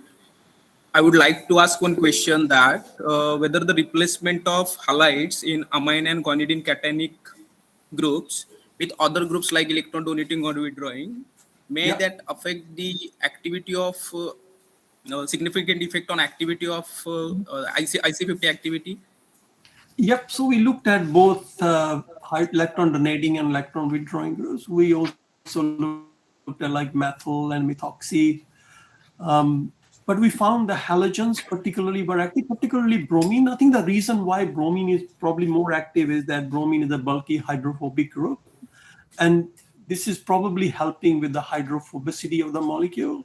And even in cancer drugs as well, you find that if you incorporate a bromine into the structure, it tends to improve the activity. So it could be just the balance between hydrophobicity and the cationicity, because it is well known in the antimicrobial peptide field that that balance between cationicity and hydrophobicity is very, very important.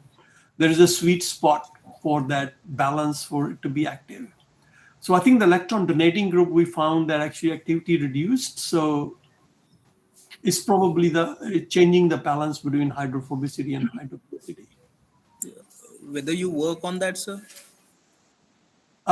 We worked on the bromo compound, yes. So, but the methoxy compound, because they were less active, so we didn't work on them. But the bromo compounds we are exploiting in various applications. For example, we actually have prepared antimicrobial contact lenses using these peptides. And the clinical trial for that contact lenses were actually done in LV Prasad Hospital in Hyderabad. So we have tried to take it forward in biomedical applications as well as applications where the surface need to be antimicrobial. For example, catheters and the like. We have incorporated these compounds into materials to make materials antibacterial. Thank you, sir. No problem. Any other question, please? Sir, Yeah. you have used nitrogen protected with BOC group in starting material for the synthesis of azip. Yeah. Why it is necessary that nitrogen should be protected? Because it is getting removed in the first stage of synthesis of azipine. The reason is that if that amine was still there, it will start interfering with the because you're trying to couple the amino acid. So if you have free amine, you will start to get self-reaction. So we have to protect the one of the amines to actually do the isolation reaction, which between. You know what I mean? Because we are trying to react the aceton nitrogen NH with activated carboxylic acid. So if the amine is not protected, then the activated carboxylic acid will react with itself, the amine which is present, to give you basically coupling of the amino acid. So that's why we have to block that. And we used Bock group because Bock groups are very easy to remove at the end. So that was the reason why we used that Bock group in the start. Okay, sir. Thank you. Okay. Thank you, sir. I hope there are no more questions. And due to time constraint, we will stop here. Okay. Thank you, sir. Thank you so much for an insightful and impactful lecture. The slides you showed were very, very impressive. The data you mentioned about the mortality rate and the economic impact of antimicrobial on the serious. Sorry, you're muting yourself for some reason. Okay, that's better. Thank you, sir. Thank you so much for an insightful and impactful lecture. The slides you showed were very impressive, and the data which was reflected like on the mortality rate and the economic impact of antimicrobial resistance were truly alarming and made us reflect on the seriousness of the issues, and also connected it to the rational design of antimicrobial peptide mimics. The way you presented the structural basis were very clear and very inspiring. Thank you so much, sir, for such an enriching session. Thank you, sir. Thank you very much for having me, and I really enjoyed the enthusiasm on your group and the organizing committee and people who participated. Thank you once again. Thank you, sir. As we come to the conclusion of session 1, it's time to formally acknowledge all those who contributed to the success of this international conference. I now invite Dr. Nitin Sasane, Associate Professor, Department of Chemistry, to propose the vote of thanks for this session. Thank you very much, Madam. Respected dignitaries, esteemed speakers, chairpersons, delegates, participants, and my dear colleagues. On behalf of Department of Chemistry, Mahatma Phule Arts, Science and Commerce College, Panvel, it gives me immense pleasure to propose the vote of thanks for this one-day international e-conference on advances in organic synthesis and medicinal chemistry. First and foremost, we express our sincere gratitude to our honorable principal and our mentor, Dr. Ganesh Thakur Saheb, for his constant encouragement, visionary leadership, and steady support which made this academic event possible. We are deeply thankful to our distinguished keynote speaker, Honorable Dr. Ryan Altman Sir, Professor and Acting Associate Dean for Research, Purdue University, USA, for his enlightening keynote address and for sharing his valuable insight and research expertise with us. Dear sir, I know in USA time is around midnight 1 p.m. but still Professor Ryan Altman sir is there in the research lab. That shows the commitment of Ryan sir for the successful of this international e-conference. Thank you very much, sir. Our heartfelt thanks also goes to our esteemed resource person, Honorable Dr. Naresh Kumar sir, Professor and Scientist, UNSW Sydney, Australia, for delivering an inspiring and informative lecture that greatly enriched the academic value for this conference. We extend our sincere appreciation to the chairperson of the technical sessions, Dr. Bhushan Popatkar, Dr. Bibhishan Roy, Dr. Preeti Patel, for their kind acceptance of our invitation as a chairpersons of the technical session that will be conducted shortly.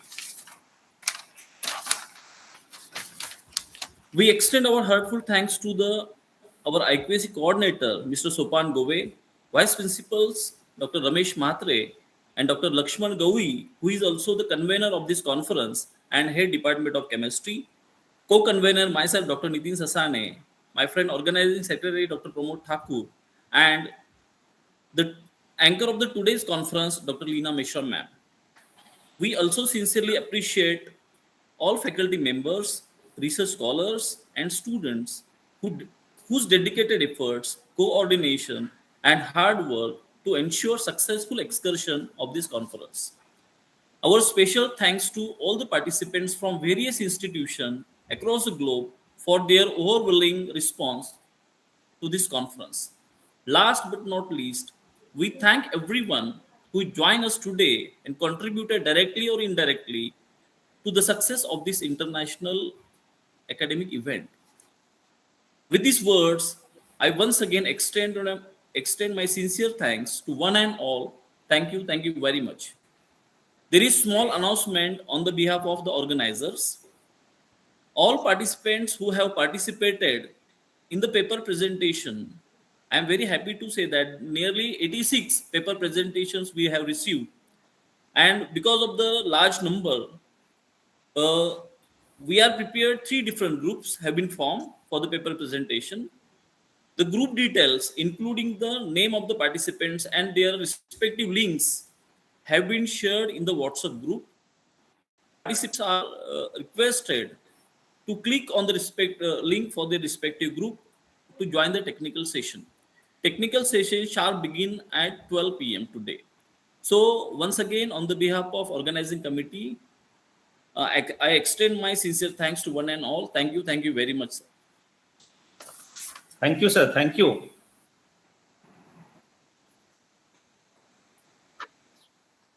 Thank you, sir. Thank you all. Good night. I'm going to bed. Yes, thank you, Ryan Altman sir and Ramesh Kumar sir, for your presence. Pleasure.